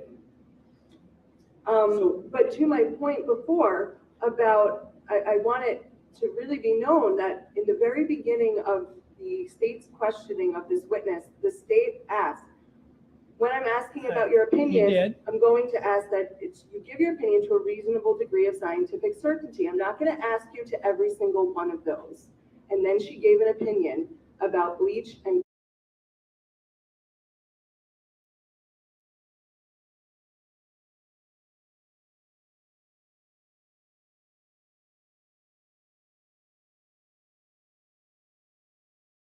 that one. All right, I can see that coming through. So that should be going through. All right, never mind. cleanup and the effects that that has on the protein hemoglobin. That's expert testimony. We were not provided notice of that, and that must be struck. And just one final point, Mr. Gravely is talking about how trials have surprises sometimes, and there's going to be rebuttal. Yeah, that's fine, but it's not the gunfight at the OK Corral, okay? And so we have, we have a street fight, and then suddenly one of his people is up on the roof taking pot shots at us, and we have no possible notice that that's happening. And that's what this is. Well,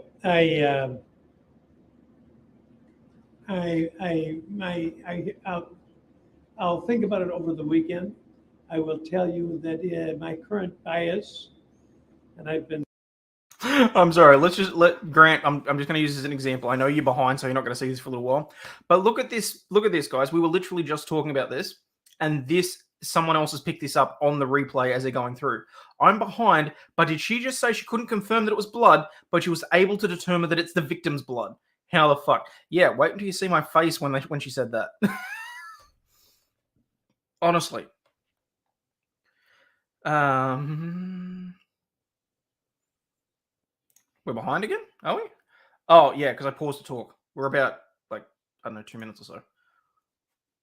I'm told I shouldn't use that word in yeah, I'll speed it up again.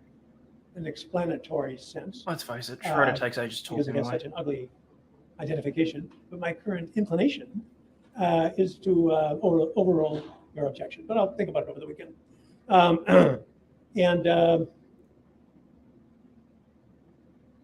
Anything else before I call the jury down? No, Judge, Ms. Treffinger, who is testifying here, has a funeral for a close relative who she leaves for tomorrow. So I'm just asking. We've got to get through her testimony today because she leaves for a funeral. Well, you're a part of that, I'm aware. Okay. Thank you. Thank you.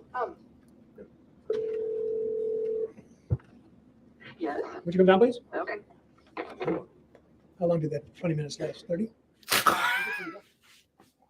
Okay, so none of that was in front of the jury. He likes to think about things over the weekend. How are we doing time-wise? How much we caught up on? I'm just going to let it go. Oh, actually, hang on. Because I can skip ahead seconds at a time. Ooh. I just heard a big bang out in the lounge room. Okay, just play, damn it. Now I wish I hadn't done that. Sorry, guys. Oh, come on.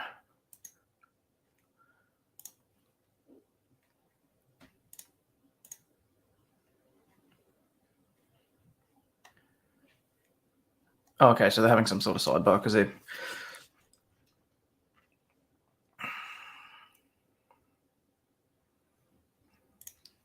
No, lounge room. Let's proceed. Thank you. Still a time and a half. If I come and grab those exhibits, Judge, that were her reports. You may.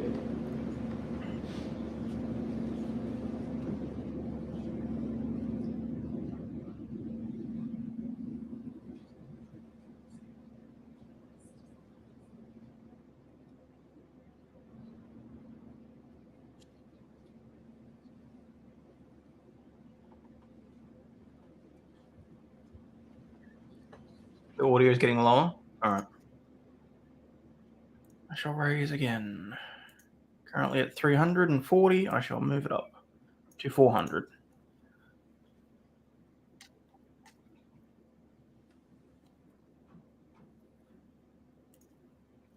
We can only hope.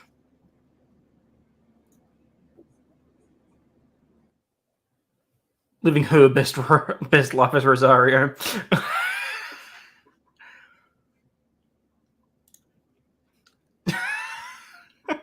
Give me a cookie.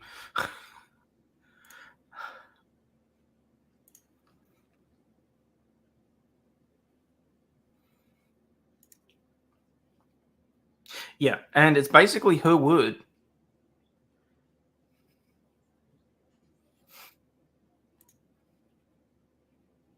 Court now at 500K.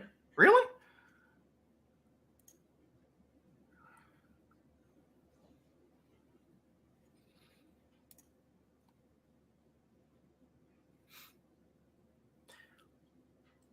Oh, wow. If there are 27 of you that have not already subscribed, I'd really appreciate it. I might be able to crack 9,400 by the end of the stream.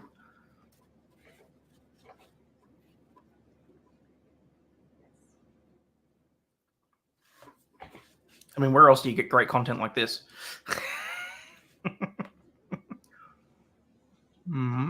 Had to step away for an hour and a half. Did I miss anything? Look. So when you were testifying about Never mind. some of the I'll come back to it. items that were tested, there were several items, such as the traffic gear shifter, things included in State's Exhibit 39, that you had said the DNA of Mr. Gutierrez and Mr. Anderson were excluded, correct? That is correct. So I want to draw your attention, and this is more for purposes for understanding to the jury, to page 6 of your report, that being Exhibit 39. Ladies, how do you live with those kind of nails?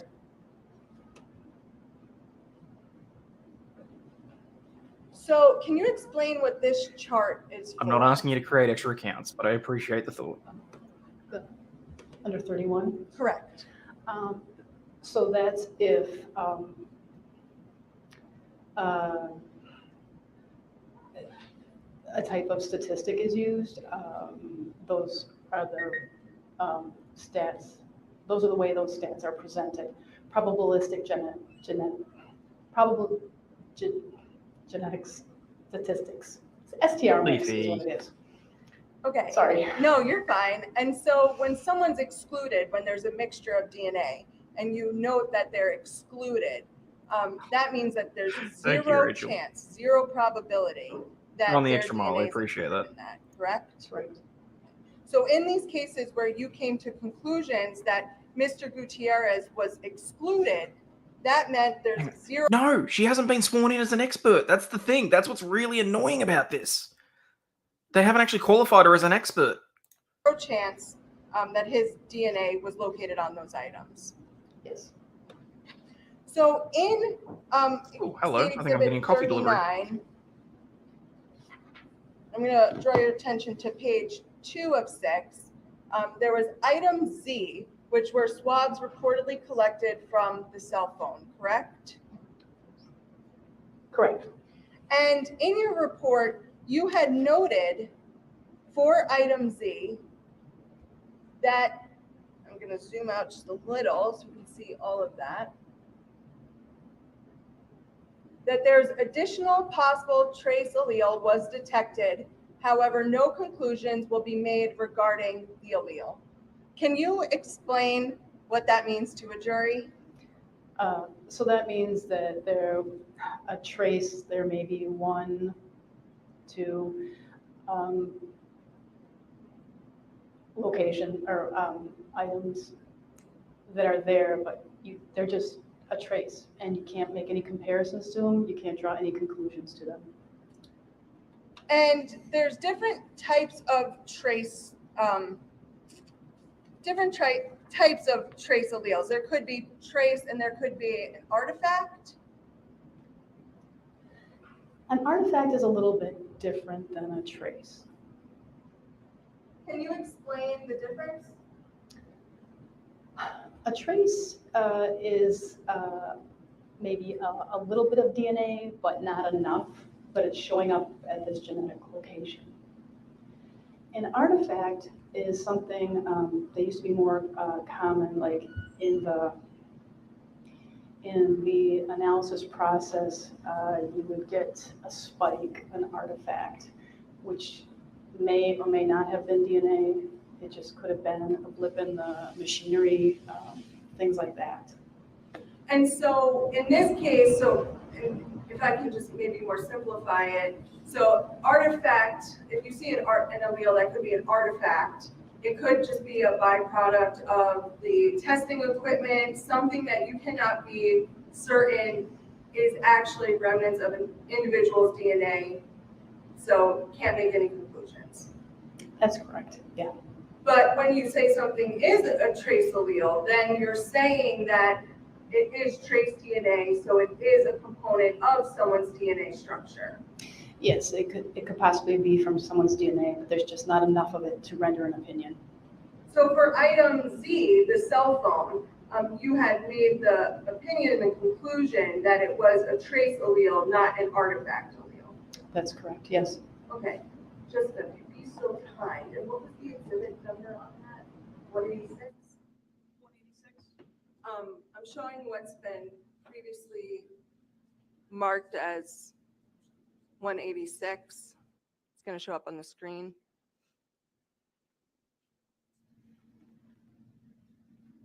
You don't have any objection.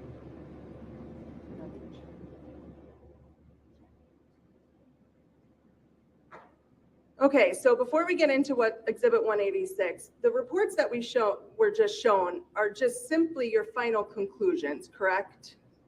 Correct. That before you do that, there are a lot of tests and a lot more documents that are produced that we didn't see in those reports, right? Right, the paperwork associated with my case file, yes. Okay, so the state's been kind enough to put up what's been marked as Defense Exhibit 186. Can you explain to the jury what is being shown before them?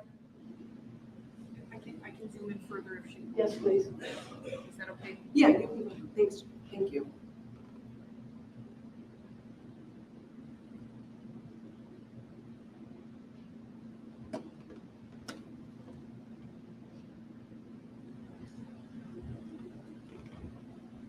So that's what the data looks like when it comes off the analyzer. And this sample, this is a reagent blank number 5.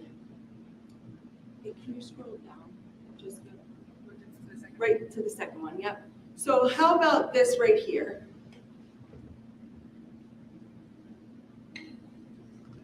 Yeah, that's the data from item Z1. And in this case? Correct, yes. Okay. And you've seen this data? Yes, I have. Okay. And so I guess if you could explain to the jury, and I guess I'm going to have it go to page 2, the top of page 2, a little bit further down. Right there is perfect. Thank you. So you see the yellow square box that says TH01? Correct. Can you explain, and then the other ones too, the VWA D21S 211, can you explain to the jury what those letters and numbers mean? So the letters on in the yellow box and the green box, those are the locations that we're looking at. And then the peaks, that is the type at that location. And so those are, so under TH01 in this situation, and this is for item Z1, correct? That is correct, yes. And Z1 was the swabs taken from the DNA sample from the cell phone. Yes, it is. And so you had noted in your report that there was a trace allele detected. So in the TH01 locus, do you see the trace allele that you were referring to? Yes, I do. And can you tell the jury what that is? That's an allele that's very low, and that's what I'm calling a trace. Which number is that? I'm sorry. Okay, It's sorry about that. 9.3. Okay, and so that's the 9.3 allele is a trace DNA of an unknown individual, correct? Yes, it is.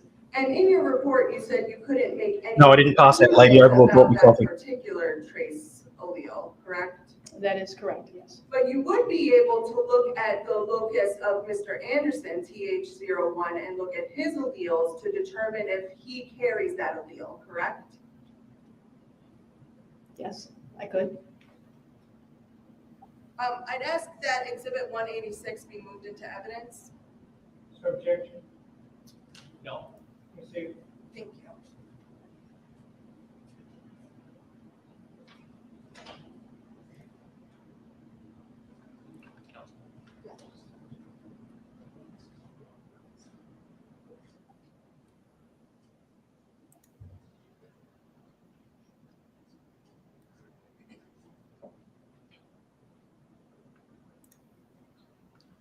He probably won't, unfortunately. Following up on the Elmo, what's been previously marked as Defense Exhibit 187.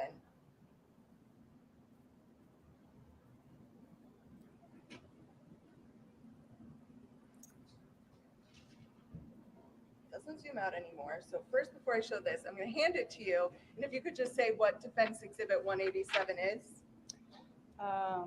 It is an overall of the profile that I developed from item. Look, it would have, but apparently she got sworn as an expert. I didn't notice. I think there's notation on there. Oh, there is. There is. Oh, I'm sorry. It's a standard from Zachariah Anderson. Okay, thank you. And you'd say that the is it loci, loci? I can never remember. Locus. Locus. Okay. And then all of those are listed and the alleles for Mr. Anderson, correct? That is correct. Yes. Okay. So when we look at I shall turn myself down. the TH01 alleles, and I'll zoom in here as much as I can. Which alleles does Mr. Anderson's DNA carry for TH01? A 7 and a 9. And so the trace allele that you had found or located on item Z1 was 9.3, correct? That is correct, yes. And Mr. Anderson does not carry that allele. No, he does not. So that trace DNA on the cell phone does not belong to Mr. Anderson. I can't make an opinion on that. I don't know whose allele it is. But or isn't. The 9.3 allele scientifically I could feel not like we're be fucking Mr. with this at this point. Anderson's. Is it just me or did the audio get really loud? The state had asked you a series of questions about item A1, which was the swab taken from the stain in the back of the van. Do you remember that line of questioning? Yes, I do. And so, and you testified that this stain was the size of basically a needlehead or a pinhead. Yes, a pinhead, yes. Very, very, very small. Yes, it was. And so when you swabbed that, did you swab that yourself? No, I did not. But you'd agree that when an item is swabbed, did they take the whole stain off? Do you know? That's what, when in our conversation with the analyst, I had said, collect the whole stain, get as much of it as you can, onto one swab. Okay, I so saw when that they there were swab rumors. that, I hadn't seen they're whether or not that was also legit or not. getting any potential items, anything really, that could have been on top of the stain, correct? Correct. Anything in that area that they swabbed would be collected on the swab. So anything that could have been below on the underneath the stain as well, correct? That is possible, yes. So you had talked about how the state had walked you through exclusion and not exclusion, about the source of the DNA in this case. And the state asked if you were able to give an opinion on whether it came from blood. You remember that line of questioning? Yes, I do. The state had, though, asked you about the possibility that it could come from skin cells, and you said that there could have been skin cells present, correct? Yes, that's possible. So it's also possible that the DNA was from skin cells, correct? Yes, that could be a possibility. And so I want to go back then to, you're obviously extremely qualified. You've been running tests to these natures, and in your day-to-day field, when you give a report about whether something is or isn't blood, at the Wisconsin State Crime Lab, in order to come to that conclusion, So they have his DNA, but not his blood. Correct? That is correct. We do testing, yes. And there was no test completed on that stain, correct? There was no screening test, no confirmatory test done on that stain. So there's no way to confirm that item A1 was blood, correct? Objection, that's argumentative. She's already stated her opinion based on observation does confirm it. So to say there's no way to confirm is an argumentative question. Overruled.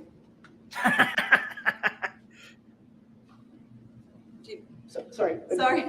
Do you need me to? Yes. So based on the fact that there was no testing, that there's no way to scientifically confirm that the stain or what the swab or the whatever it was blood, correct? Correct. I did not confirm the swab for blood.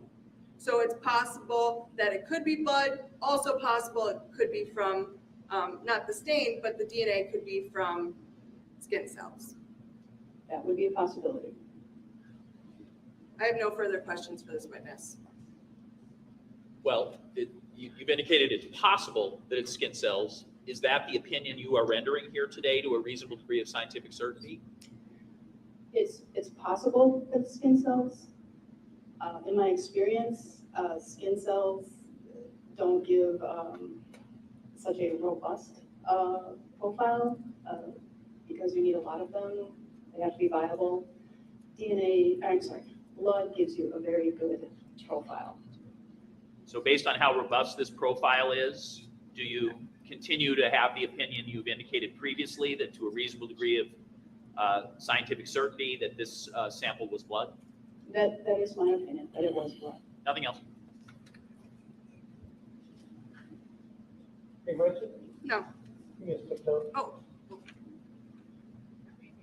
No.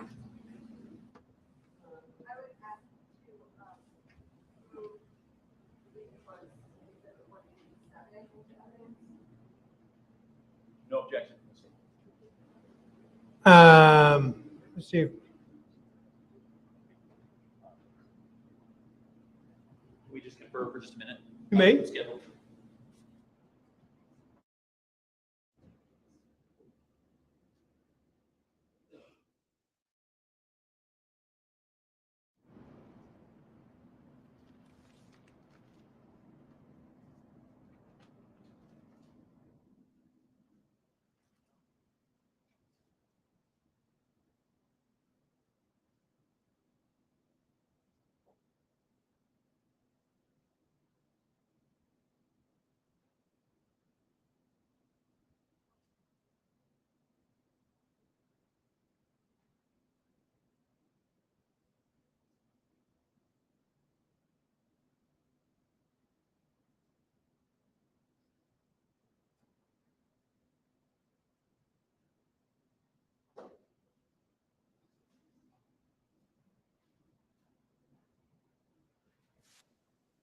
God damn it, the sound effects just don't want to work for me today. Oh well. What I was saying is it's weird as well. We have not seen Lunchbox as of yet, Rackets Investigator.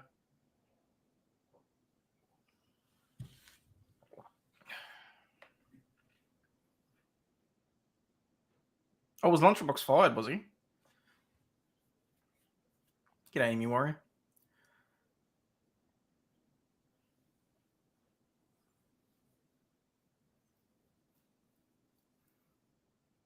Hitting the source in his office? Maybe. What a joke.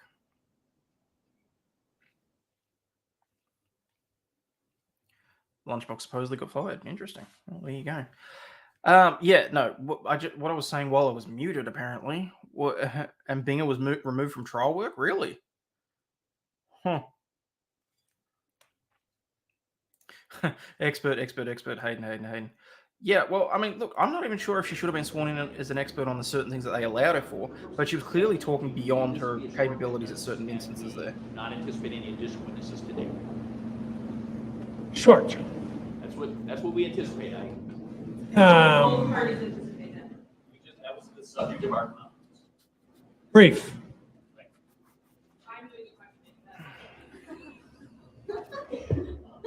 Good point.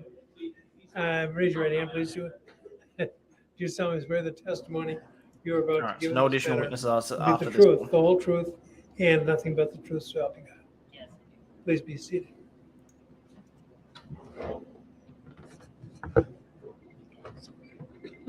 Yep, move the chair. Could you please state your name for the record and spell it? Christy Raditz Ortiz, KRISTY_RADDATZ Stop deep throating the mic. Ms. Raditz Ortiz, have you ever been convicted of a crime? Yes, How many times? twice. Did you know somebody named Rosalio Gutierrez? Yes, ma'am. And who was Rosalio Gutierrez to you? He was a former partner, and he and I have a 14-year-old son together. And that Okay, 14-year-old so this is son the back dead in guy's May of ex. 2020, would he have been 11? Yes. And when did you first meet Mr. Gutierrez, best you can remember? Around 2001. And what year in general was your son born, your joint son? 2008. And obviously you guys broke up, fair to say? Yes.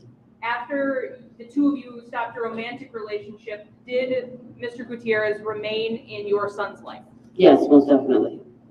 Would you have considered him to be an involved parent? Very involved. And I'm assuming as your son got older, he and his father had interests in common,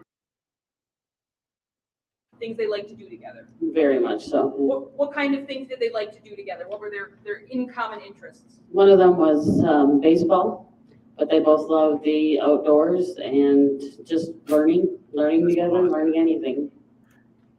And you talked about baseball. Was that a lifelong passion for Because she's sitting Rosalio? right forward into it. And was he happy when your son also picked up that same kind of passion for the game? Yeah. What kind of things revolving around baseball would they do together? They'd go out in the yard and play catch together. They would go to baseball games when they could. They would watch the Little League World Series and that on TV. They would do practices. He was always there for practice. He was always there for things. Thank you, AV guy. They'd go beyond. They'd go early, stay late, those types of things. And your son's actually pretty good at baseball, from what I hear. Is He that is, accurate? yeah.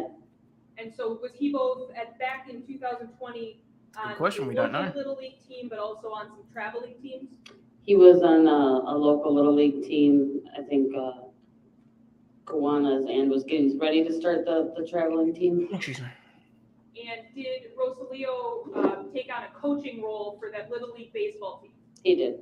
And was that something that Rosalio was excited about? Yes, very excited. Had you been looking forward to being an official coach? I'm going to object as far as hearsay and speculation as to what Mr. Gutierrez was or was not looking forward to. And if there's going to be question on it, there needs to be better foundation. I think that's a fair observation. Mr. Ortiz, did you have occasion to observe Mr. Gutierrez during these practices and these games of your son while being present? Yes. And were you able to, based on your observations of how he was acting and what he was doing at these different practices and games, develop an opinion about what you would characterize his behavior like. Yes. And based on your observations of Rosalio at these practices and games that you've described, how would you describe what you observed to be his feelings regarding being involved in your son's baseball career? Enthused. And obviously you knew that your son was in the Little League team? Yes. And as part of signing him up, was there also a sign up for coaches? Yes. And for the season for 2020, based on your knowledge, was Rosalio Gutierrez I haven't second looked at coach this. of your son's Little League team? I've only found 2 news articles about it so far, and Was they that both have slightly believed different me. than in years prior where he had been more of a volunteer, if you know? Yes. So he was actually going Thank to be you. official on-field coach.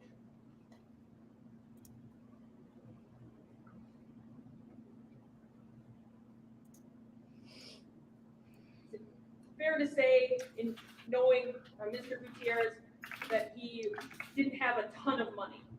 Yeah. But was baseball something that he, for your son, sought to spend whatever money he did have on? Yes, he would. And how did he do that? I don't object as far as speculation and relevance. Exactly, Creed. It's probably not, really. Judge, if I may.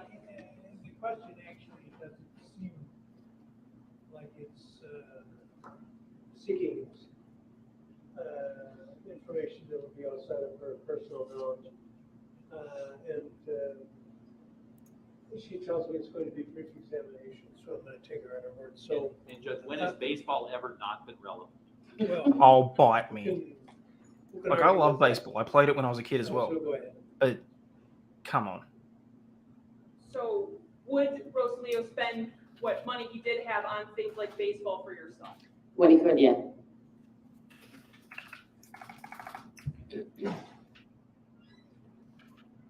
And would that involve things like extra hitting lessons, coaching lessons, things like that? Yeah. Now, at this time, back in May of 2020, who did your son primarily live with? He lived with me. And distance-wise, how far approximately was your residence at that time from Mr. Gutierrez's residence? About a 3-minute car drive, so very close. Midwest Soccer Mom Karen's So, doing the I know this was COVID time back in May of 2020, Doing the but around this direct. time frame, how Fabulous. often was your son seeing his father? Probably at least 3 to 4 times a week, because we would switch back and forth with who had him during virtual school. And I guess prior to the world ending in COVID in 2020, was your son's actual school bus pickup stop outside of Mr. Gutierrez's residence? Yes, it was. And so on days when you would have your son and you would bring him to the bus stop, would he occasionally see his father then as well? Yes, we would.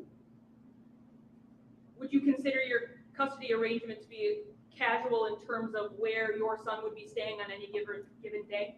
Very casual. Sometimes it changed, at the last minute. And at this point in May of 2020, did your son have his own cell phone? Yes, he did. And was that a way he would communicate with Mr. Gutierrez when he wasn't with him? Yes, all the time. How would you describe the frequency of that communication when you had your son with you and he would be reaching out to his father? Probably at least once a day, if not multiple times a day. So they talked a lot? Yes. Whether it was text or talk. Object as far as hearsay. I got proof.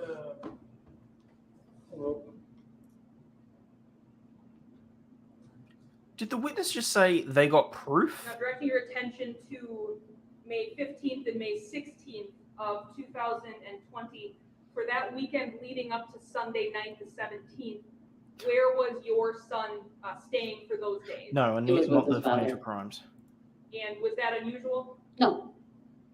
And besides your son and Rosalio, Yeah, were you aware kind of of anyone feared else that was also dead with guy's them ex was a for little those bit couple of over the line, days, but leading up yes, this to is the night of the the- deceased's His younger ex-partner. sister, Ava. I'm just gonna show you a picture of what's been marked as State's Exhibit 55.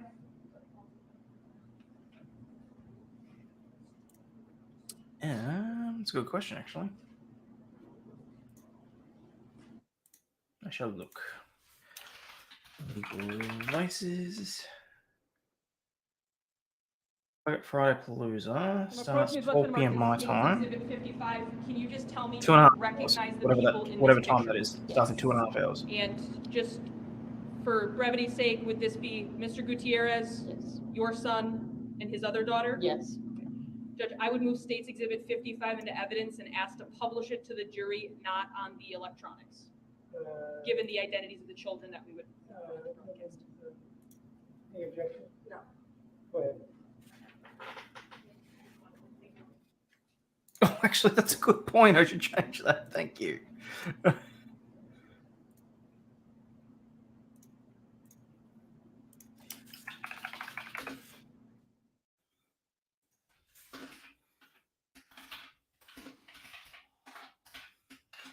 There we go.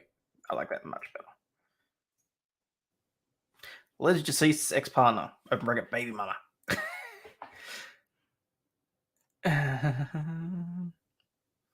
7 o'clock Central. Oh, there you go. Will the dog be the bestest of witnesses? Don't know, but it's not too irrational of a belief to believe that he is dead, which is not exactly boding well for beyond reasonable doubt. Mm-hmm.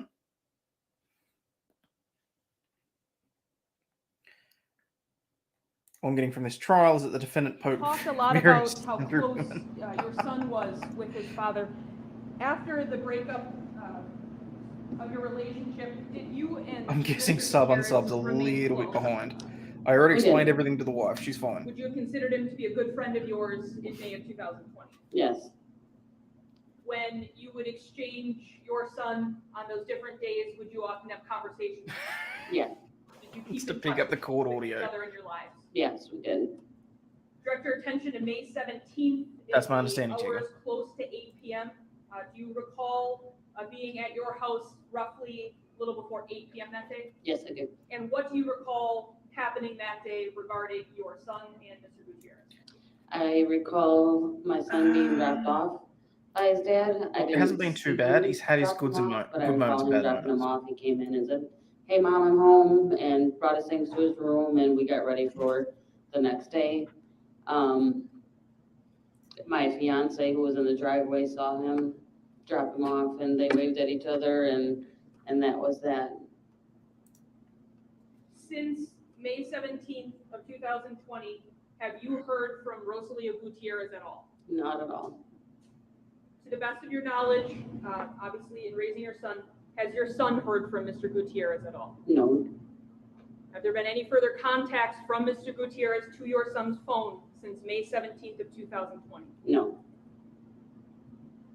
Was Mr. Gutierrez the type of person that would have just disappeared from his son's life? No, he wasn't. And how do you know that? Because I don't think there's anything in this world that could separate him from his son and his daughter. Also, just quickly, I should specify, she has officially agreed to come on camera, but only if she receives the proceeds of any super chats for that particular stream.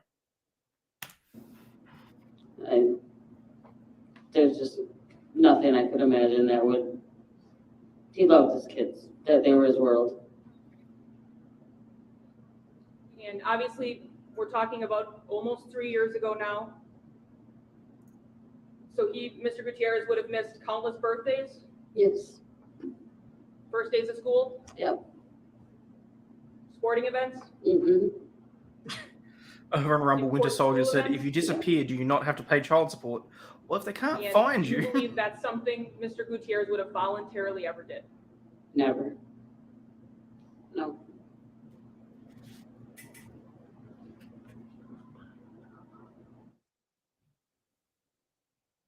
Question from May 17th. Do you know roughly what time your son was dropped off on May 17th? It was somewhere between 7:30 and 8 o'clock. I think it was between it was a little closer to 8, maybe 7:40, something like that. And I don't remember the exact time. I did see that. Between I dropped 7:30 and 8 a video. I have no further questions. Thank you. Thank you. Thank you. Do you remember speaking with officers, in this case, I believe it was one officer, Officer Ruhal? Yes. And you had explained to him what had happened when your son was dropped off on May 17th, 2020, correct? Yes. And you had information that Mr. Gutierrez was Bottle's going actually not too to bad. going There's about to Eileen Knowles' house quarter of a to check bottle on left? her sink after dropping off your son, correct? I don't recall. If I were to show you a copy of your written statement, would that help refresh your memory? Yeah. No, records investigator, they have never found the body. For all we know, he's sitting on a beach in Mexico. Yes, and by all means, people, please remember to subscribe. Honestly, I'm currently sitting at 9392. So, your patronage is appreciated. Yeah, now she's going to be forgetful. Yep. She misses pictures of the missing cat. There's a missing cat in this? That's new.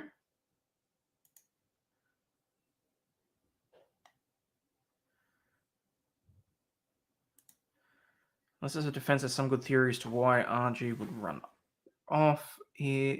This is pretty good evidence that he's dead. I'm inclined to disagree, John. He could have had a change of heart. He could have just been a dirtbag. He could have just disappeared off into the ether.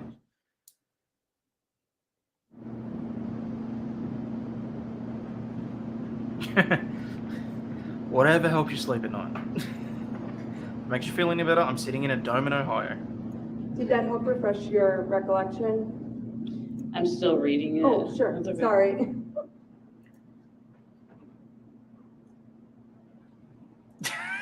No, I was just stretching because I've been sitting on my ass for, what, 7.5 hours? Ish? Guesses he owes someone serious money, got into some shady dealings, show up at his apartment, prove they're serious by giving him a good beat. He flees in paranoia. Repeat your question, please. Possibly. So, did you receive information that Mr. Gutierrez was heading over to Eileen Knowles' house to check on her sink? Your Honor, I'm going to object. This calls for hearsay. It's very specific in the statement that is coming in through a third-party witness. Sure, I'm using it for, not for the truth of the matter asserted, but rather effect on the listener for other reasons than of what this witness's perception of what Mr. Gutierrez could have possibly been going to do. Your Honor, which she... Effect on the listener is not an exception to the hearsay rule. Father so dedicated to his children, he didn't even have a dedicated room in his apartment for them. Present sense impression. Okay. Oh. Effect on the listener. I've never heard that particular exception expressed that way. I'm not saying you're wrong. I've just never heard it said that way. And that is the least favorite of all of the exceptions to the hearsay rule. Everything that I've heard so far, that's just as viable as a reason. Your Honor, if I may be heard on this. Why not? The answer calls for what a third party told her at some point, supposedly, but then also this isn't a present sense impression because it's days later that allegedly she's telling it to law enforcement. So it's a level of hearsay. Hey, Brandon. It's not appropriate to come Yep. to evidence given exactly what's written in the statement. And I've had all 12 shots too. I'm buzzed. And also, it clearly for the truth of the matter asserted, otherwise she'd be speculating on. Well, she said it wasn't for the matter asserted, it was for the effect on the listener, but I didn't buy that. Well, that's fine. That's almost always irrelevant. Well, I'll rephrase it. You had a guess of where Mr. Gutierrez was going on May 17th, 2020, correct? Objection, it calls for hearsay to answer her speculative guess on where he may have been going. Well, it That's what I'm thinking. I'm thinking someone was seriously Actually- injured, but I don't think it was enough for them to I die. think from. this question is probably okay, but it's gonna be the end of the line. Yeah, that's fine. If you need to look at your written statement again. I had, Well, wait a minute. 400. Thank you very much, people. That's kind of hearsay-ish. I'll rephrase it. I'll just ask it straight up. Did you think that Mr. Gutierrez might have had a date that night and didn't want to tell your son? Nah, no. looking at a sink is. No, ma'am. Thank you. Go on. Okay, I'll move on. Yes, please. Your Honor, I'd ask that that be struck from the record as argumentative and just inappropriate. Well, I don't know if I'd embrace those reasons, but you could disregard. Potentially, Chris. I'm going to look a little bit deeper into it before I commit to anything. Go ahead. You had knowledge that Mr. Gutierrez started dating a woman with a Facebook name of Sadie Jane, correct? Not until after we realized he was missing. And did you ever meet Sadie Jane prior to May 17th, 2020? If I didn't know of her, then no, I did not. No. And Mr. Gutierrez, you said you had spoke with him on a regular basis, Yes. correct? And he never mentioned her to you? No, he did not. I have no further questions for this witness. Any Nothing, questions? nothing based on that. You may step down, ma'am. As promised, Judge. Very well done. Oh, bite me. All right, then we're done for the day? Okay. A well-earned weekend. And please don't read, watch, or listen to any account of the trial. Don't discuss the case with anyone, even with another juror or a member of your household. Any questions, anybody? Have a great weekend. Well, there you go.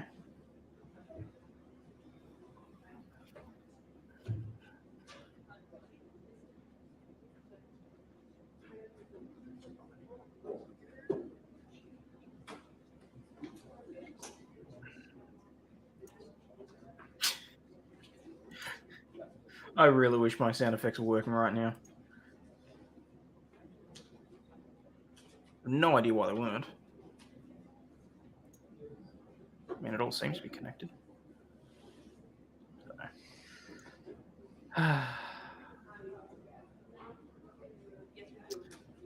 so we'll watch a little bit longer just to see if anything happens in the court. Does not appear so. Brandon, I as much as I would like to, I really need to go and lay down on bed. So, who's that guy? That's the defendant. We haven't seen a lot of him because they've been focusing on pretty much anything and everything else that they could.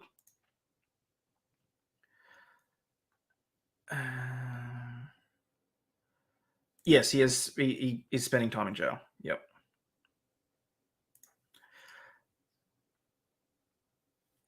Yeah, I'm sort of just waiting to see if he does any sort of rambling.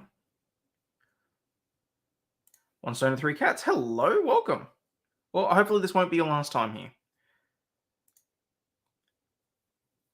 Okay, I think that they're going to call it there. So I'll stop the screen, but if anything else comes up, I shall certainly bring it back. Guys, there we have it. The first week of the Zachariah Anderson murder trial. Thank you very much for joining us. I'm sure I can speak for Vices when I say that this has been significantly more interesting than some of the trials we had planned, and thankfully it was a good one to pick up. Hopefully you'll continue to follow us because there's a good another, week and a half worth of this coverage. And I think it's very good for us to be able to look at it. I think it's very good for, I know that there's family and friends in the chat who are appreciating the coverage, or at least I hope so. I hope we haven't been doing any disservice to the family. So, for my regular viewers, I probably won't have a stream tomorrow. I have to be up ridiculously early to travel to the other side of the state. But there will be one on Sunday. And yes, I'm going to make sure that there is a Kinky Corner. Okay? It's going to happen. All right, I will quickly double check, see whether or not anyone else is live so that I can send you somewhere else in case you are not done with your LordTube stuff for the day. I say lordship, you know what I mean. Let's see, redirect. Let's see, make sure that I don't boom this. Oh, mic's on. Okay. I'll send you across to Mike so you can watch Happy Hour in Court.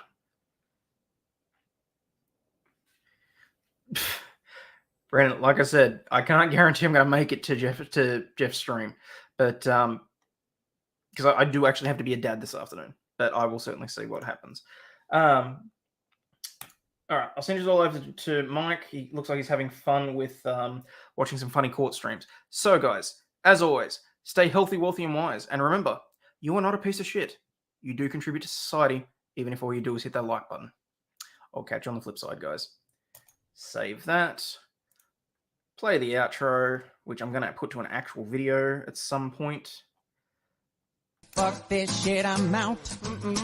Fuck this shit, I'm out. No thanks, don't mind me. I'ma just grab my stuff and leave. Excuse me, please. Fuck this shit, I'm out. Fuck this shit, I'm out. I'll see you all. Hopefully, see you all. I don't know what the fuck just happened, but I don't really